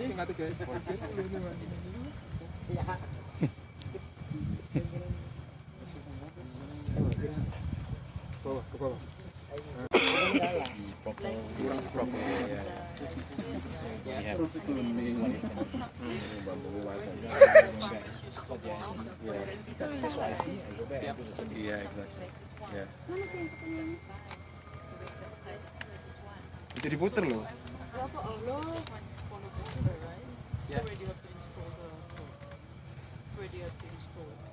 What she's asking. Oh, so you have it already? We have it in the 2 stores in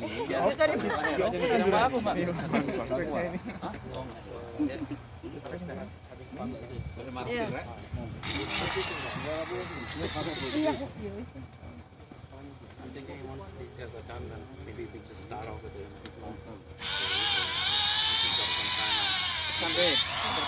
Yo. Tangan ini koncoy bang. Enggak ada. Digawe bu. Tekan bang. Tekan bang. Oke.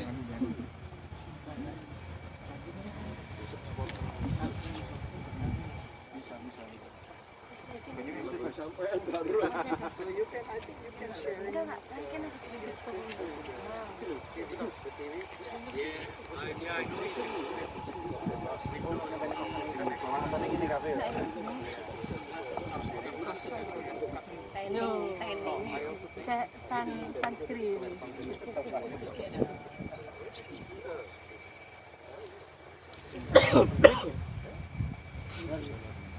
I think once they put it in, leave it for tomorrow. Then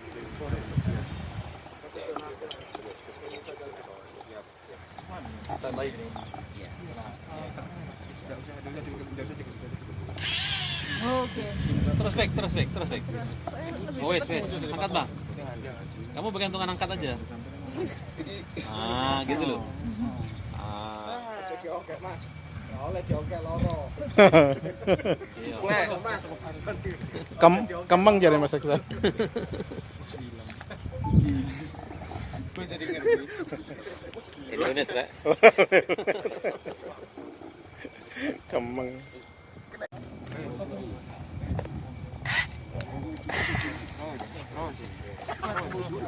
Tahan. Belum, wes. Enggak kuat. Enggak kurang jerung kan? Diputer sih kok, anu ning jero. Diputer. Aduh. Memang lah. Kudune kan ngene lho. Iya, iku kudune ngono lek iso bolak-balik, Pak E. So with the proper drill, Yes. Oke. you can drill Oh, Okay. okay. So up down. drill up, and then come out. Okay. You will go a lot Mas further. Aksan nih kata. Yeah, I hope Vocabnya beda. tomorrow we can have a ride through. Soro ya vocabnya. Berapa buat tiket sih yang kemarin foto? 5 per 5 yang 300 ya. Itu malah kecil yang buat Jawa. Jelas orang petani sama ya. Kalau main Pak. Panjur dipanjur. Terus. Jalan Mas, cekalan sikuan Mas. Cekalan kuat. Oke. Terus. Sampai enggak melak, sampai kamu muter. Coba terus berarti. Wes, nek wis muter angkat. Yes. Oh, berarti ini kok golek bor yang dua arah. Iya, kuat reverse.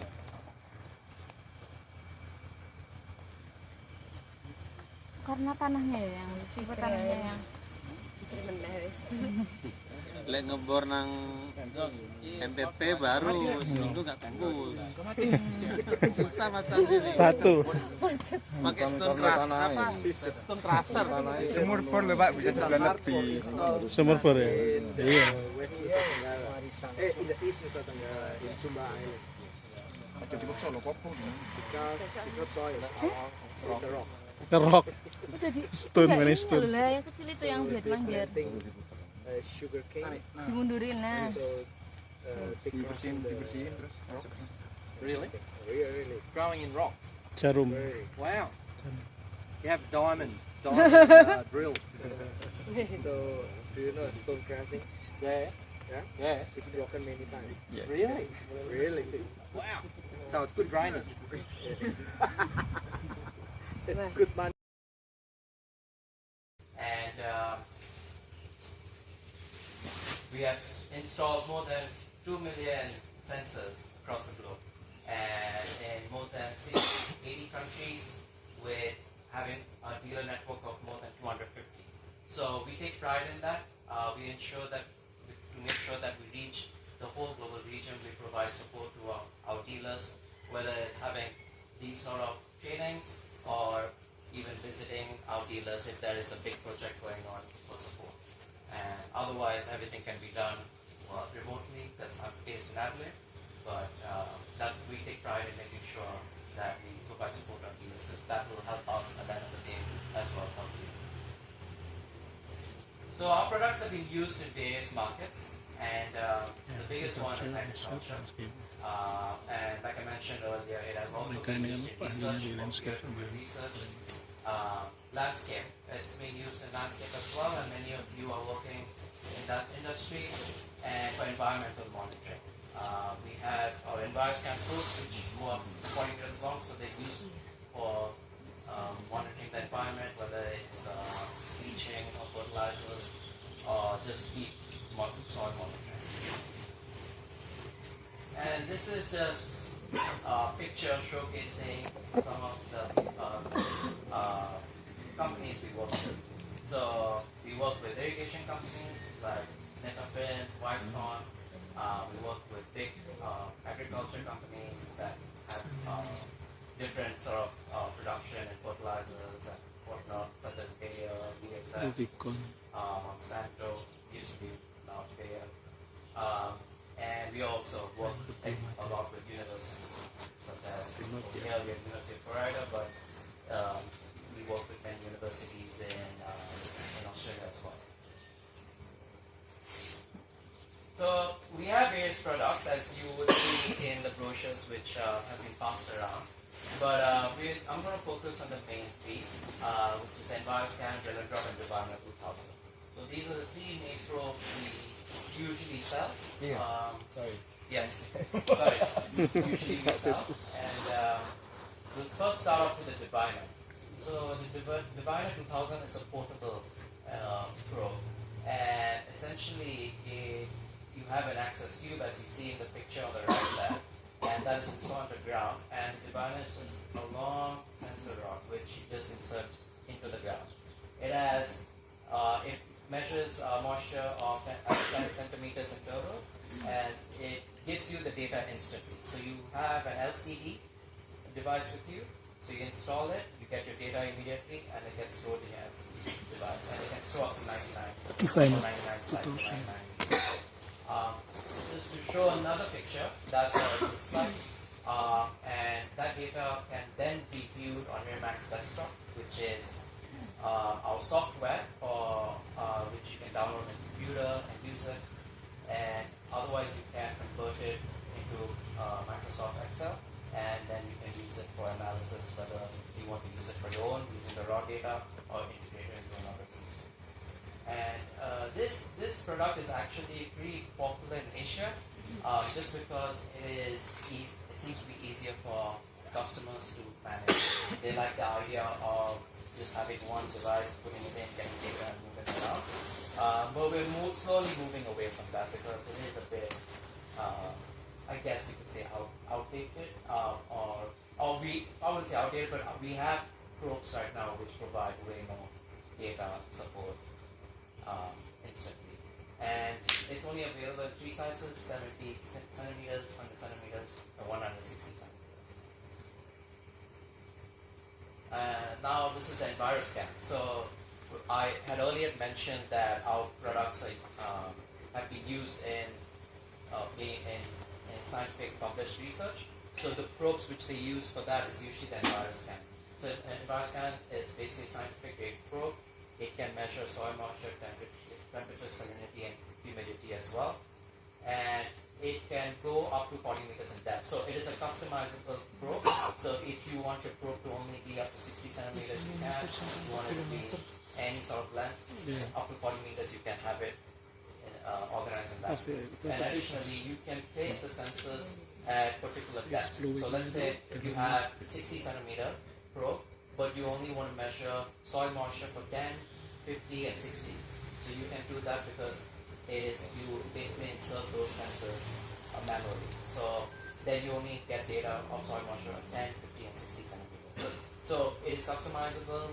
It's got a little bit of a tougher installation process versus what we're going to do out in the field with the drill and drop, but it is very robust and it lasts for a long time. So it was our most popular probe at one point in time, but now our most popular one is the drill and drop.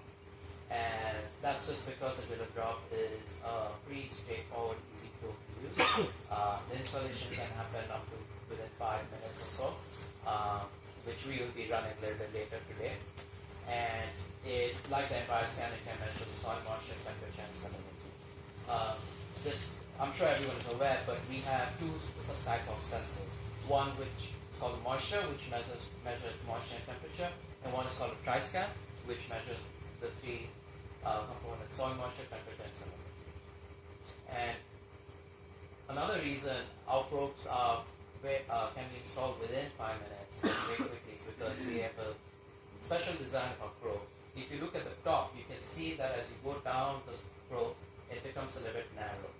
And the idea is that we develop our installation toolkits to ensure that when you drill into the ground, that you're forming this sort of tapered form in the ground, and the probe can slide in easily, preventing any air gaps, because air gaps will interfere with the drilling. And there's no slurry with drill and drop. So slurry is basically when you put in the probe, but because there's air gaps, so you put another layer of soil or some other material to block out the air passage. But we don't use that.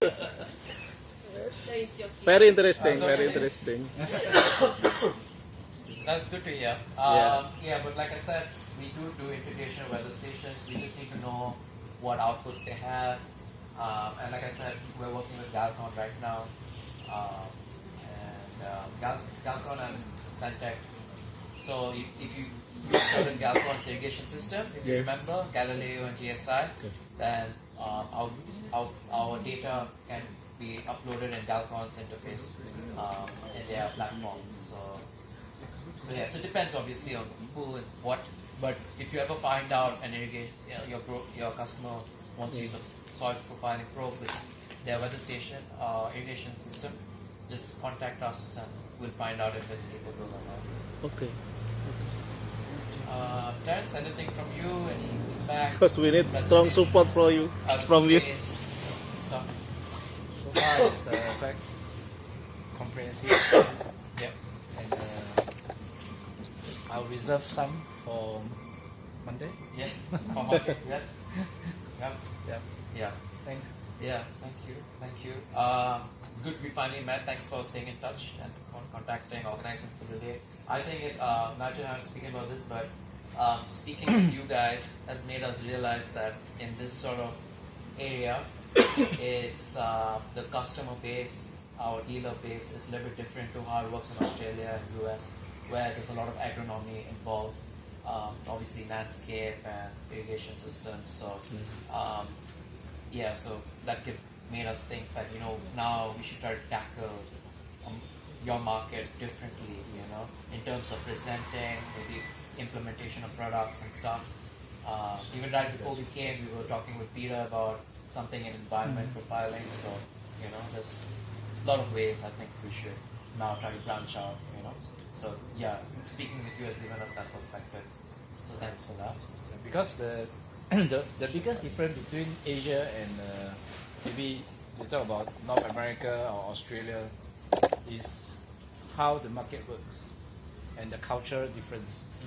So for the past maybe 8-9 years of getting in touch from both sides of the world, we start to realize that whatever works in North America, Europe, it may or may not work in Asia. So there's a different approach, and therefore we are always evolving and changing the way that we are looking at things. So a simple product, it can be used in many ways.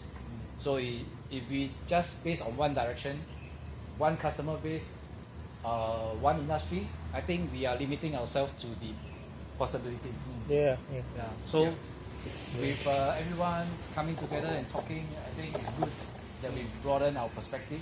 And maybe we can use it in other ways. Just like a simple valve. You need not always be an irrigation valve. It can be a water valve. It can be a valve for fire. It can be a valve for your home. A simple tap that you want to control on and off. Right?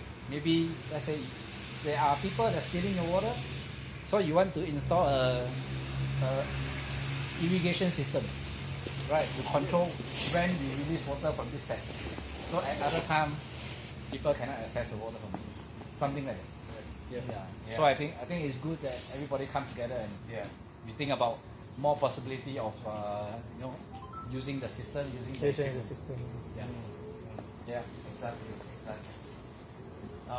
Anything, Desmond? I will talk because I am the sales. So like me. Okay. All the boss. So, she's the boss of the house. Yeah, I'm the boss of the house, right? I would like to say thank you for the DSR family, the group, because they're very hospitable to us, and the facilities they allow us to use here. We're very thankful for that. And then my two dealers as well, I'm very thankful, and to the Simtic, our trainer. So from this training, we learned a lot. Being an Asian, we should not only continue to be in not to adapt the technology, because the technology will leave us behind. So we keep moving and we try to study on how we can adapt in our place, and then let's move forward. And then who knows, maybe we can cope up with the Western world. If we don't adapt them, then we don't have any hope. And then we can help. Especially my focus is the government. So the technology I learned from here, I will use it in the Philippines. I will try on how we can develop us with the farming, especially the rice field. So I'm very thankful that this training come into reality, and I learned a lot. Thank you very much, especially the DSR. Applause for thank you.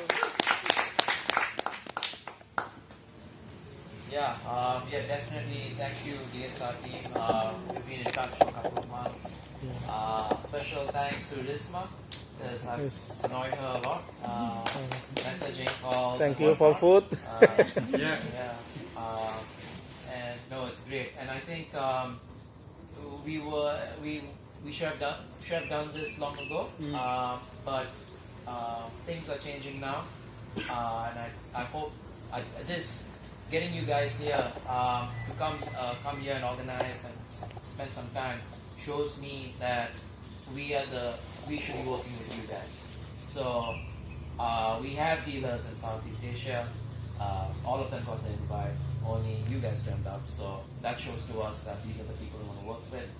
And it's been a great positive experience from my end. First time trying to organize something and present something. So thank you, Nigel, for coming in last minute as well. Can I just add thank you to you guys as well.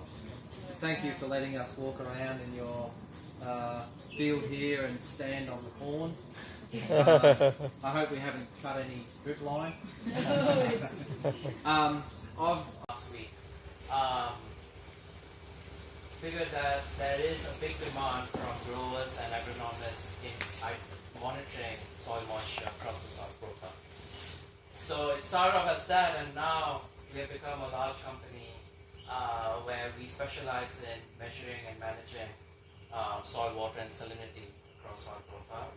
And we have developed different ranges of products to ensure that we can do it accurately. And our products have been used as well in research. So it's been peer-reviewed, published in a scientific journal.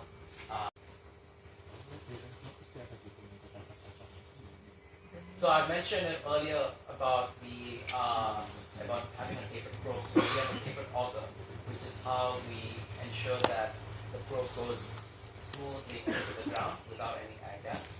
I don't have one lying around, but give it to the DSR team. They were trying it out with the electric drill, and it works fine, right? Yes. Good. Okay. So I just want to showcase a picture to showcase that. So the auger is a little bit longer than the probe. I won't dive too much into it right now because we're going to have anyway installation training later on in the day. So I'll explain a little bit more over there, or Nigel will explain. And another part of the installation kit we have is the tripod. So that tripod is basically just to ensure that it's a stable site when you're drilling, so that your hole looks like that, which is completely drilled, and there won't be any air gaps like I mentioned.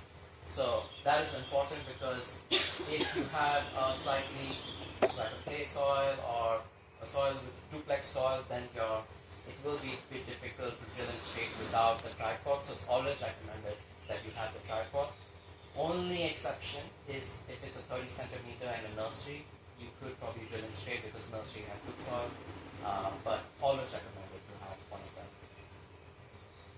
So yeah, so drill and drop. The reason we called it drill and drop is literally because that's how it looks like. You have your tripod down there, you have your auger here, and you just drill it and then drop the probe, and that's how it should look like on the ground.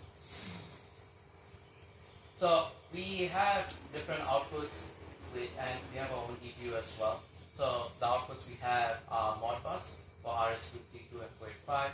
We have SDF12 as well, and our data transmission can happen from GPRS to 4G, and we have Bluetooth as well. And we have satellite as well, but it's not that popular. And we're coming up with an IoT probe, which I'll mention a little bit later. So essentially, if you have an irrigation system which uses RS232 or 485, our probes can be integrated into that. So the data goes into their data logger, and depending on how they have integrated it, that's how the data will show. Applicable So to it's very common 3G, for us. 4G. I think our probes have been used with Arabel, Wisecon, I'm not sure Wisecon is masih dua but it's 2G, pretty common masih for bisa. our probes to not be used in Iya, our semua telemetry, bisa. but be used in other. And this is just a schematic diagram just showcasing our DPU, which I will dive a little bit more into. So like I said, on the right side you can see that third party SDF12 loggers and Modbus loggers. But with our own DPU we have our four main ones which I want to discuss. So we'll first start with a Compact Plus. So I actually have it here, but I don't think we will be going too much through it. But this is what it looks like. So this is our DPU, and this is the probe. So if I remember correctly, it's 232. Yes, 232. So it's got a 232 output here, connected to this probe here. This cable is 5 meters long. So if you need your probe to be somewhere else, and you tell them your DPU can be placed somewhere, has to be placed somewhere further away, it can be done because we have a long wire. And what happens is you connect this probe into this, and you got your telemetry in here. So if I was to open it up, so if your chargeable battery here, and your SIM card will be here, and what this does, this is your internal antenna. If it's not strong enough, we have an external antenna as well, which is in there, which you can put it up at the top here. And this is probably our most popular DPU, and just because it is not sophisticated in the sense it's not a big DTU coming up into your paddock like that satellite over there with solar panel and stuff. So it's a very simple, doesn't look big in the ground, easy to use. And what happens is you connect it to your computer, and that is, we have a software which allows you to normalize the probe, and before you actually install it around, you have to normalize the pressure already connected to the AirMax Live through it, and then you can use it. So this is one of the telemetries we have. Yeah, it's we use GPRS 4G for this. So depending on what network your customer would have or your region would have, like I mentioned, the benefits as well, low height. So it's also pretty straightforward to install. It's just less complex compared to the ones I'm going to talk about next. So that's what I'll showcase that we have the internal antenna, the top cap that protects the battery and the motor, and then you have your base and the connector to connect your probe. Excuse me. Yes. Because we are not really in the irrigation somehow. Some of them is my first time, and then I must understand the package that we are going to use for irrigation and for the agriculture. So here, what you have given while ago is this one that has a yellow, that has no. How many of that? If, for example, like we have 5 hectares of rice field. Yeah. So how many of that days we need, and that one that you have passed ago? So what I wanted to know is the package and how many I'm going to use in 5 hectares of rice field. Yeah. Okay. So that's a good question. We get that a lot. How many probes do we put in a ground? Now, there is no straightforward answer because 5 hectares of rice in your field can be different to Inhouse or mine, depending on the soil composition, depending on the irrigation planning. So, one good principle our R&D says is for each irrigation system, probably is good to have 1 probe because that's... And see what the composition of the soil is Yeah. and then work it out. Yeah. Yeah. But we cannot vary the probe, right? No, Because no, it's a what water. I'm saying is that we keep some soil bits first. Same soil in the down sample. a meter and I can see whether it's a sandy soil or clay soil or whatever, and then we work out. Yeah.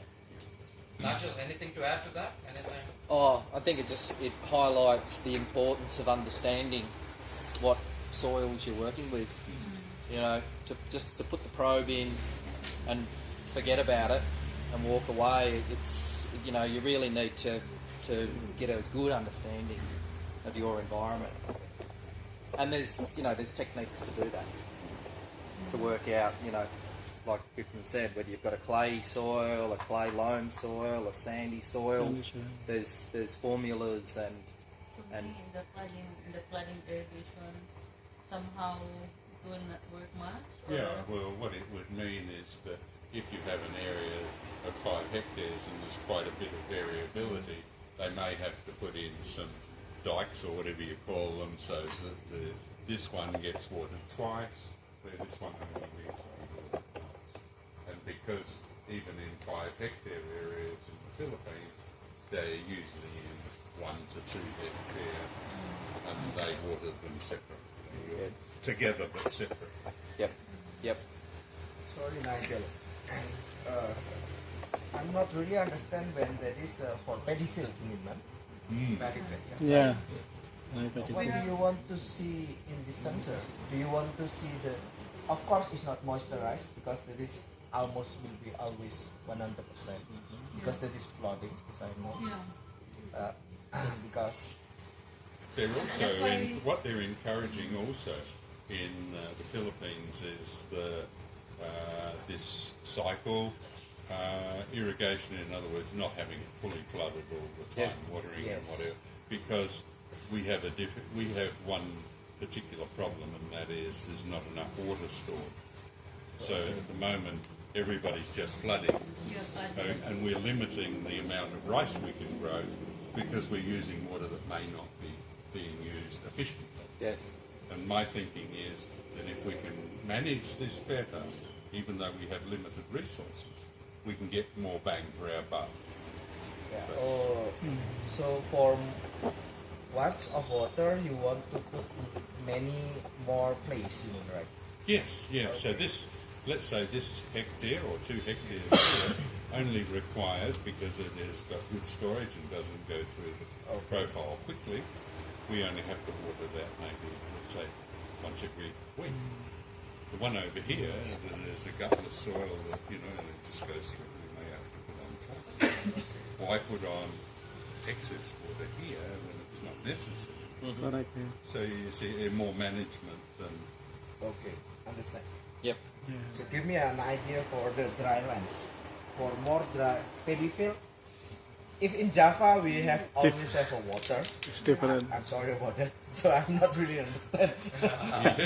Not having water. In Philippines also, as I know, have some money, but many area like in Nusa Tenggara is will be less water. We only can plant it once a year, yeah, Mas? Yes. Yeah, once a year. So that is maybe that is an idea for us for do it. So that's why I asking what for very good. But that is a good idea for in the manage the water source unit, right? Yes, yeah. In other words, getting more bags of rice with this this amount of water. Correct. Because even though the Philippines gets lots of water, it doesn't necessarily get it when we need it. Yes. And with the climate change and whatever, they're now starting to find the resources they have. Yes. We work very closely with the National Irrigation Gimana Program, ngontrol ini? and they're constantly building Karena dams. They're working on new dams and whatever to provide water for more sustainable. Yeah, I think there's a misconception that there's just an endless amount of water in Southeast Asia. Yes. But, you know... It's boom and bust. Yeah, it's not the case. But do you think if in the abundance of the water, I think we don't really need this one? Yeah, see, that's... In the abundance of the water, like in some area in the Philippines, they have abundance, like they have the source of rivers. So do you think we don't have to market this one in that area, or just... Jadi sungai. It's like what Nigel said. Sure, there's a lot of water, but eventually you will run out of it. So another thing is while we measure water, to use that water takes energy. We need to have resources, time. So all those extra costs come in. So if there's no need to use additional water, why use it? Because you will end up saving your finance resources, not only your water, but also your labor or your energy to get that irrigation done. Because you would probably need more irrigation systems to do more irrigation, so if you don't need that much, then you can reduce it. So it's like an add-on effect. So yes, sure, maybe it might be difficult to market towards growers who have abundance of water, because they'll be like, why would I need to reduce it? Everything's fine. But that could change. India faces that issue. In the southern parts of India, once drought hit, all the reservoirs were out. People couldn't grow food anymore. But prior to that, water. I mean, they don't know themselves because they're not educated in that way. So, yeah, you don't want to get into that situation, right? As I know, Nigel, I don't know. As I know, Netafi make it this in Italy for when you less water, you less arsenic in your rice. Landscape,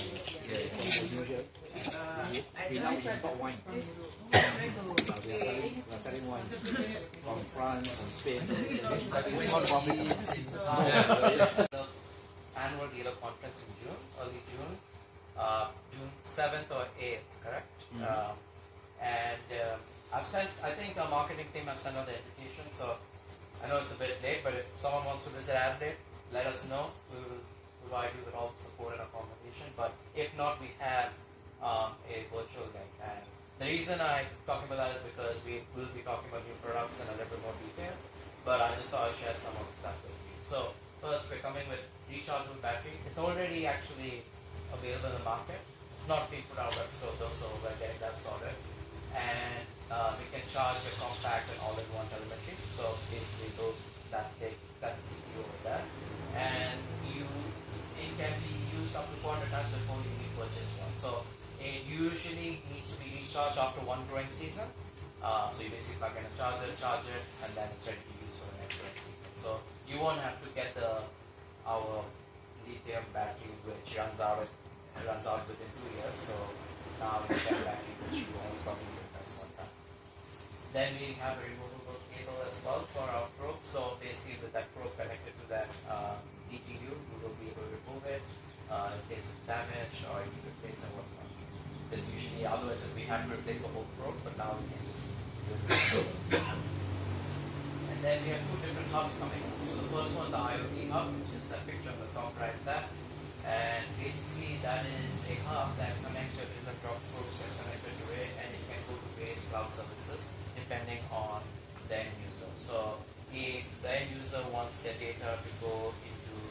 server and not create nights live like ours. Instead of creating like an FTP site or all that stuff, we will have basically the server details for either one. I mean, not either one, but those are two examples, but even more like Google and so on. And that will go into their cloud system, and that your data gets transmitted directly to them. And the last one is the Bluetooth hub, which will, the IoT hub is going to be released in July, and the Bluetooth hub is going to be released end of this year, early next year. And that's essentially a hub which will cover Bluetooth probes in 30-meter radius, and that will automatically download the data and upload it. Because earlier, as with the Bluetooth probe, you would have to go to the field to download it and upload it. But if you want it to be more automated system, you will not need to go into the field if you have a hub, all your probes within the hub. And then you can set your own sampling and uploading time, and then your data goes straight into the next hub. So, Peter, Yes. on the IoT hub, Yes. you only mentioned is Wi-Fi network. Yes, What about Wi-Fi. any other IoT network? LoRa or... LoRa we are working on. But do you know what? Nah. No, definitely LoRa though. Yeah. Does LoRa come under this, or what's LoRa a different project? Can't remember. I'm not sure. Yeah. But we are working on the LoRa network. That's what I remember the engineering was floating that word around. Whether that comes under the IoT hub, I'm not entirely sure. But I can find that out for you. Do you use LoRa network? I haven't used it yet, but I think the farms, someone has said that they are going towards that. Right. LoRa network is used in South America a fair bit. I think the coverage is much wider, right? Yes, correct. The coverage is much wider. That's what I've been told. Yeah. But I know for sure we're working on the LoRa network. Okay, so that is me. Before I pass it, well, I think we should have a break, right? Last week. Figured that there is a big demand from growers and agronomists in monitoring soil moisture across the soil profile. So it started off as that, and now we have become a large company where we specialize in measuring and managing soil, water, and salinity across soil profile. And we have developed different ranges of products to ensure that we can do it accurately. And our products have been used as well in research. So it's been peer-reviewed, published in a scientific journal. Yeah, everyone is there? Yep. Okay.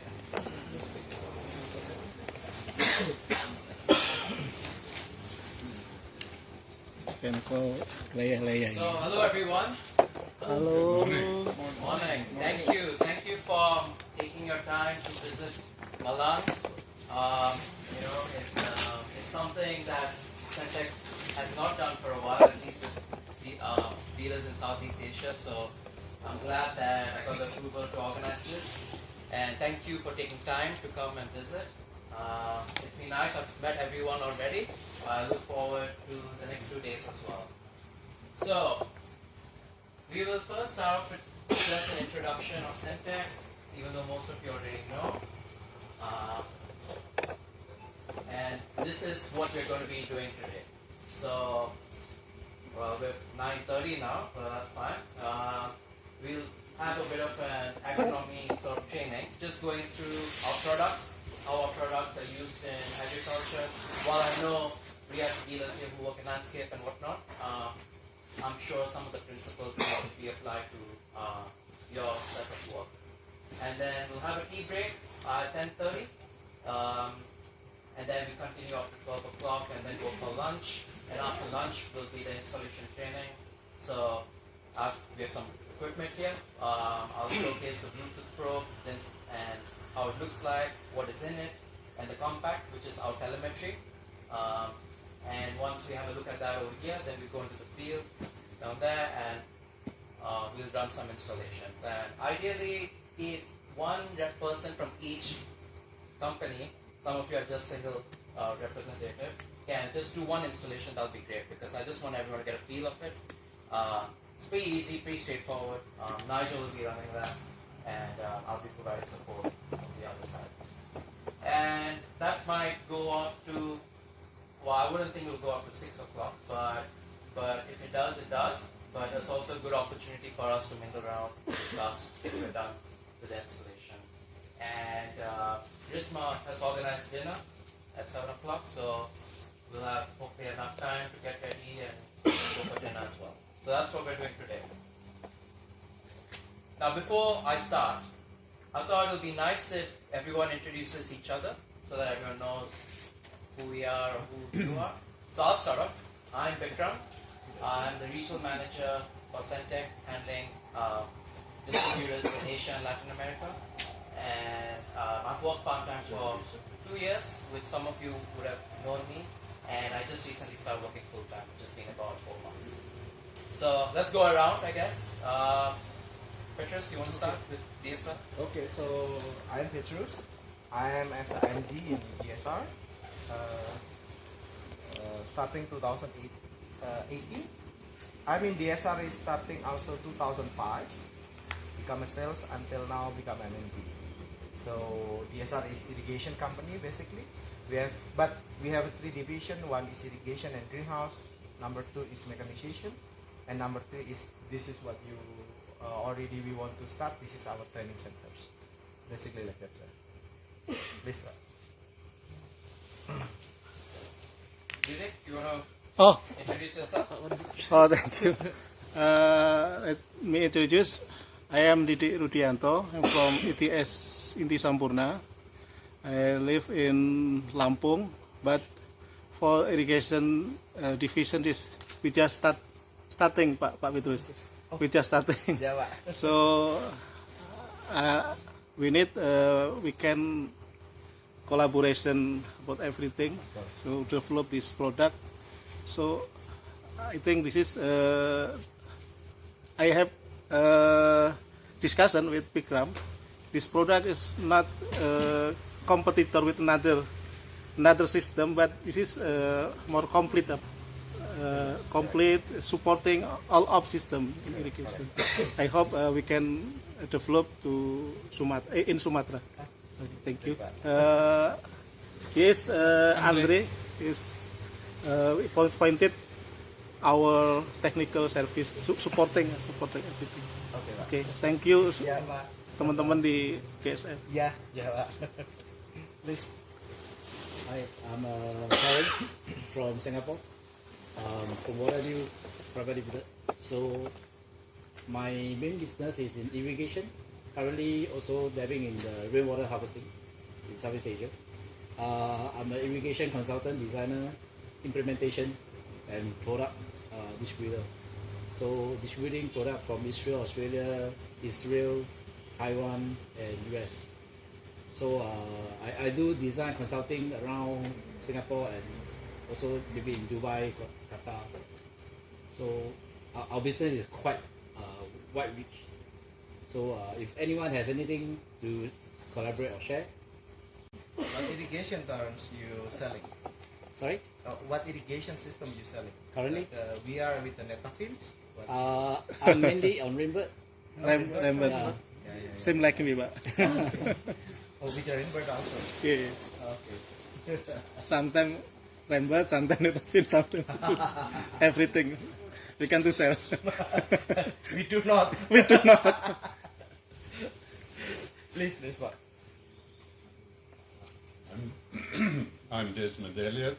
I'm the technical manager for Elliott Enterprises in General Santos in the Philippines, and I have a background in supporting irrigation design and development in the positioning world. I've spent the last 30 years in GPS development and software and mapping and whatever, and have a long history of association with irrigation and viticultural development in Australia.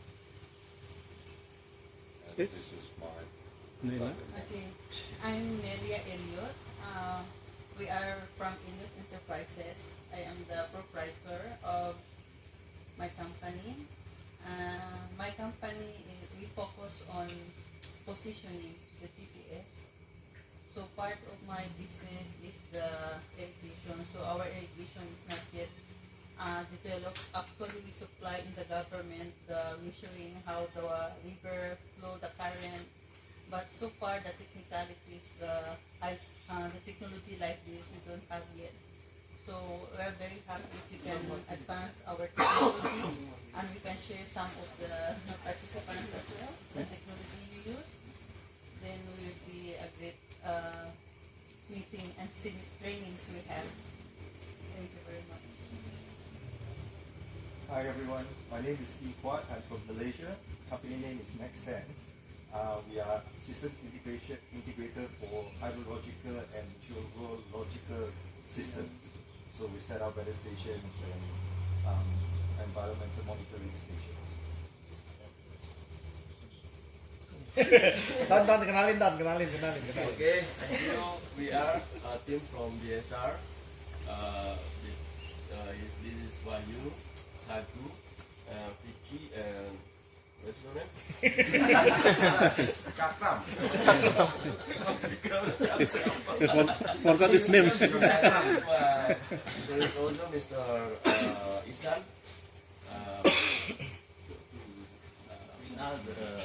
We are a wonderful Tim ya Pak Petrus. I think your team, because we are only two. So basically they are technical guys, man. Yes, technical. They are technical guy is mostly in Wahyu in electricity, who is make up panels, electric panels, yes. basically like that. And Sago is the IT boy, basically is the chocolate one. Yeah. Chocolate one curly. The black one. The chocolate one is the guy who's planted in the ground like this. Yeah. Is agronomy teams. I also have a manager with Pak Iksan. Pak And Iksan. the one is who have a lot of knowledge is Mr. Fikri. Yes. He know about almost all automation, who can be from NetBit, Netafilms until Inta automation, including the Semtech. Also have Arabel in theirs. Yeah, almost know all about technical in there. Technical. So basically like that. The manager is the shit one. I'm sorry. That's the manager. The main job is. The main job is only make a disaster. Very good. Very good, Pak Anton. The manager is the most responsible. Manage disaster. Yeah, that's correct. Very good manager. Please, Risma. Hi everyone, I am Risma. I am the manager of the purchasing and logistics. So I support everyone in our team. And in Very important in the company. Very important in the company. Purchasing. I have collect Miss Iris, yes. Hey, jangan duduk terus. I already with some of you yesterday. Yeah. I'm with Risma team in the purchasing, so I contact supplier. And Tion is supervisor for irrigation division. Basically like that. He's Netafim products. Many experience, Pak Tion. Many years experience. Many experience, basically. So that is our all team. So. Yeah. Please. Okay.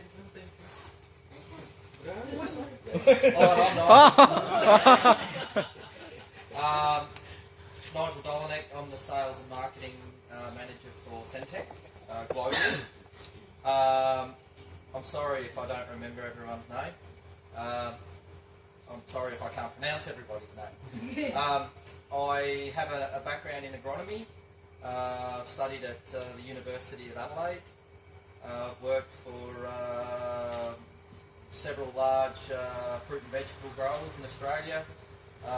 Had my own landscaping business, and yeah, I'm just glad to meet everyone and thank everyone for being here today. It's really good. I'm looking forward to the next 2 days. Okay. So I forget this is our civil guy, Mr. Fatoni. Who is design and drawing for the greenhouse and the systems. basically here. Now he's become documentation Eh. because he stayed here. Drafter also.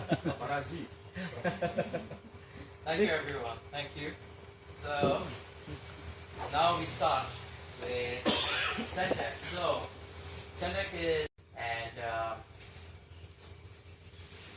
we have installed more than 2 million sensors across the globe, and in more than 60, 80 countries, with having a dealer network of more than 250. So we take pride in that.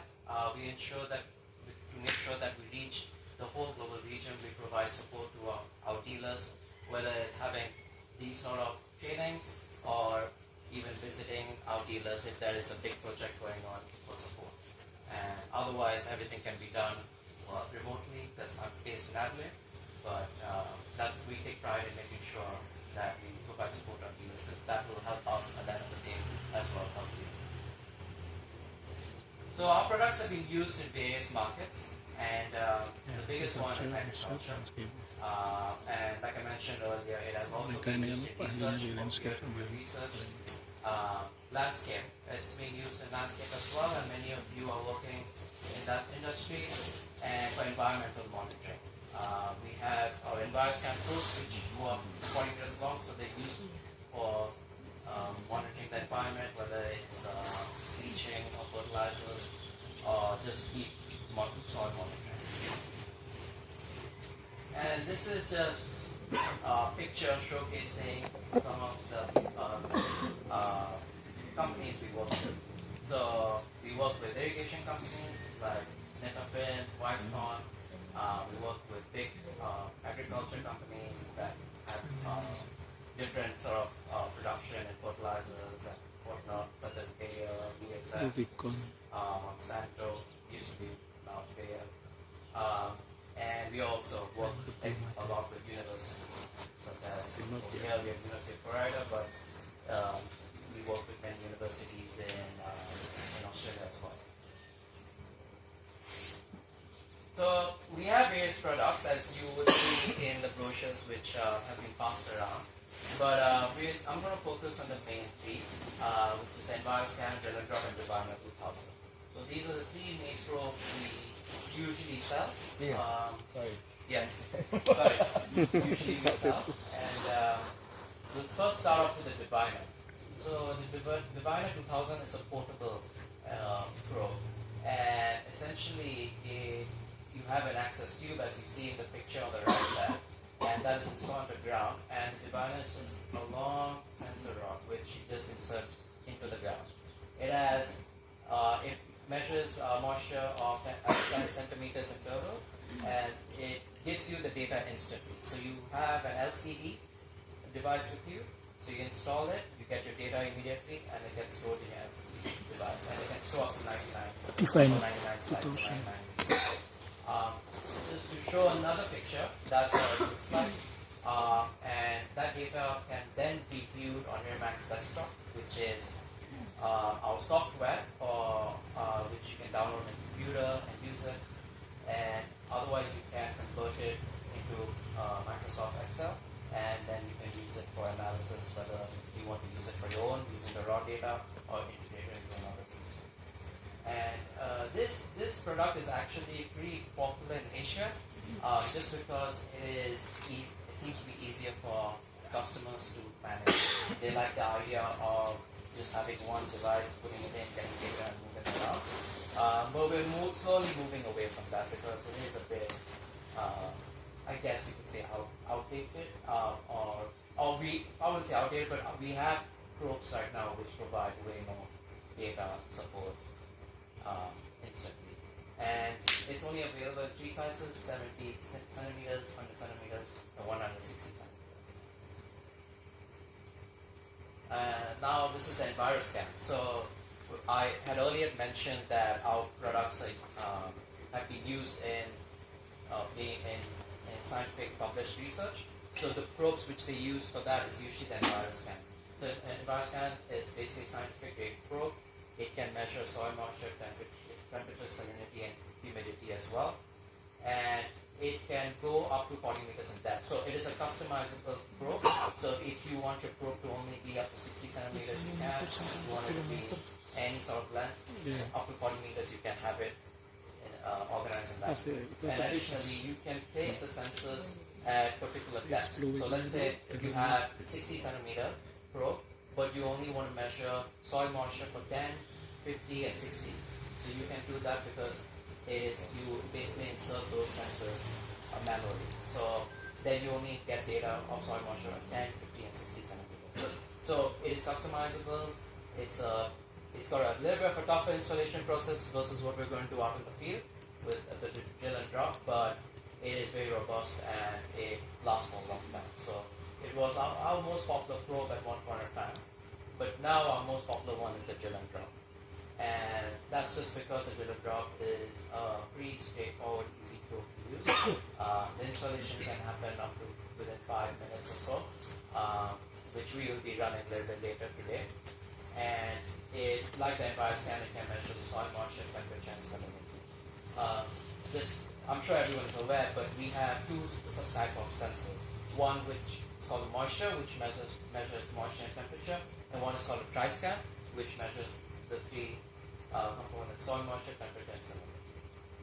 And another reason our probes can be installed within 5 minutes very quickly is because we have a special design of our probe. If you look at the top, you can see that as you go down the probe, it becomes a little bit narrow. And the idea is that we develop our installation toolkits to ensure that when you drill into the ground, that you're forming this sort of tapered form in the ground, and the probe can slide in easily, preventing any air gaps, because air gaps will interfere with the reading.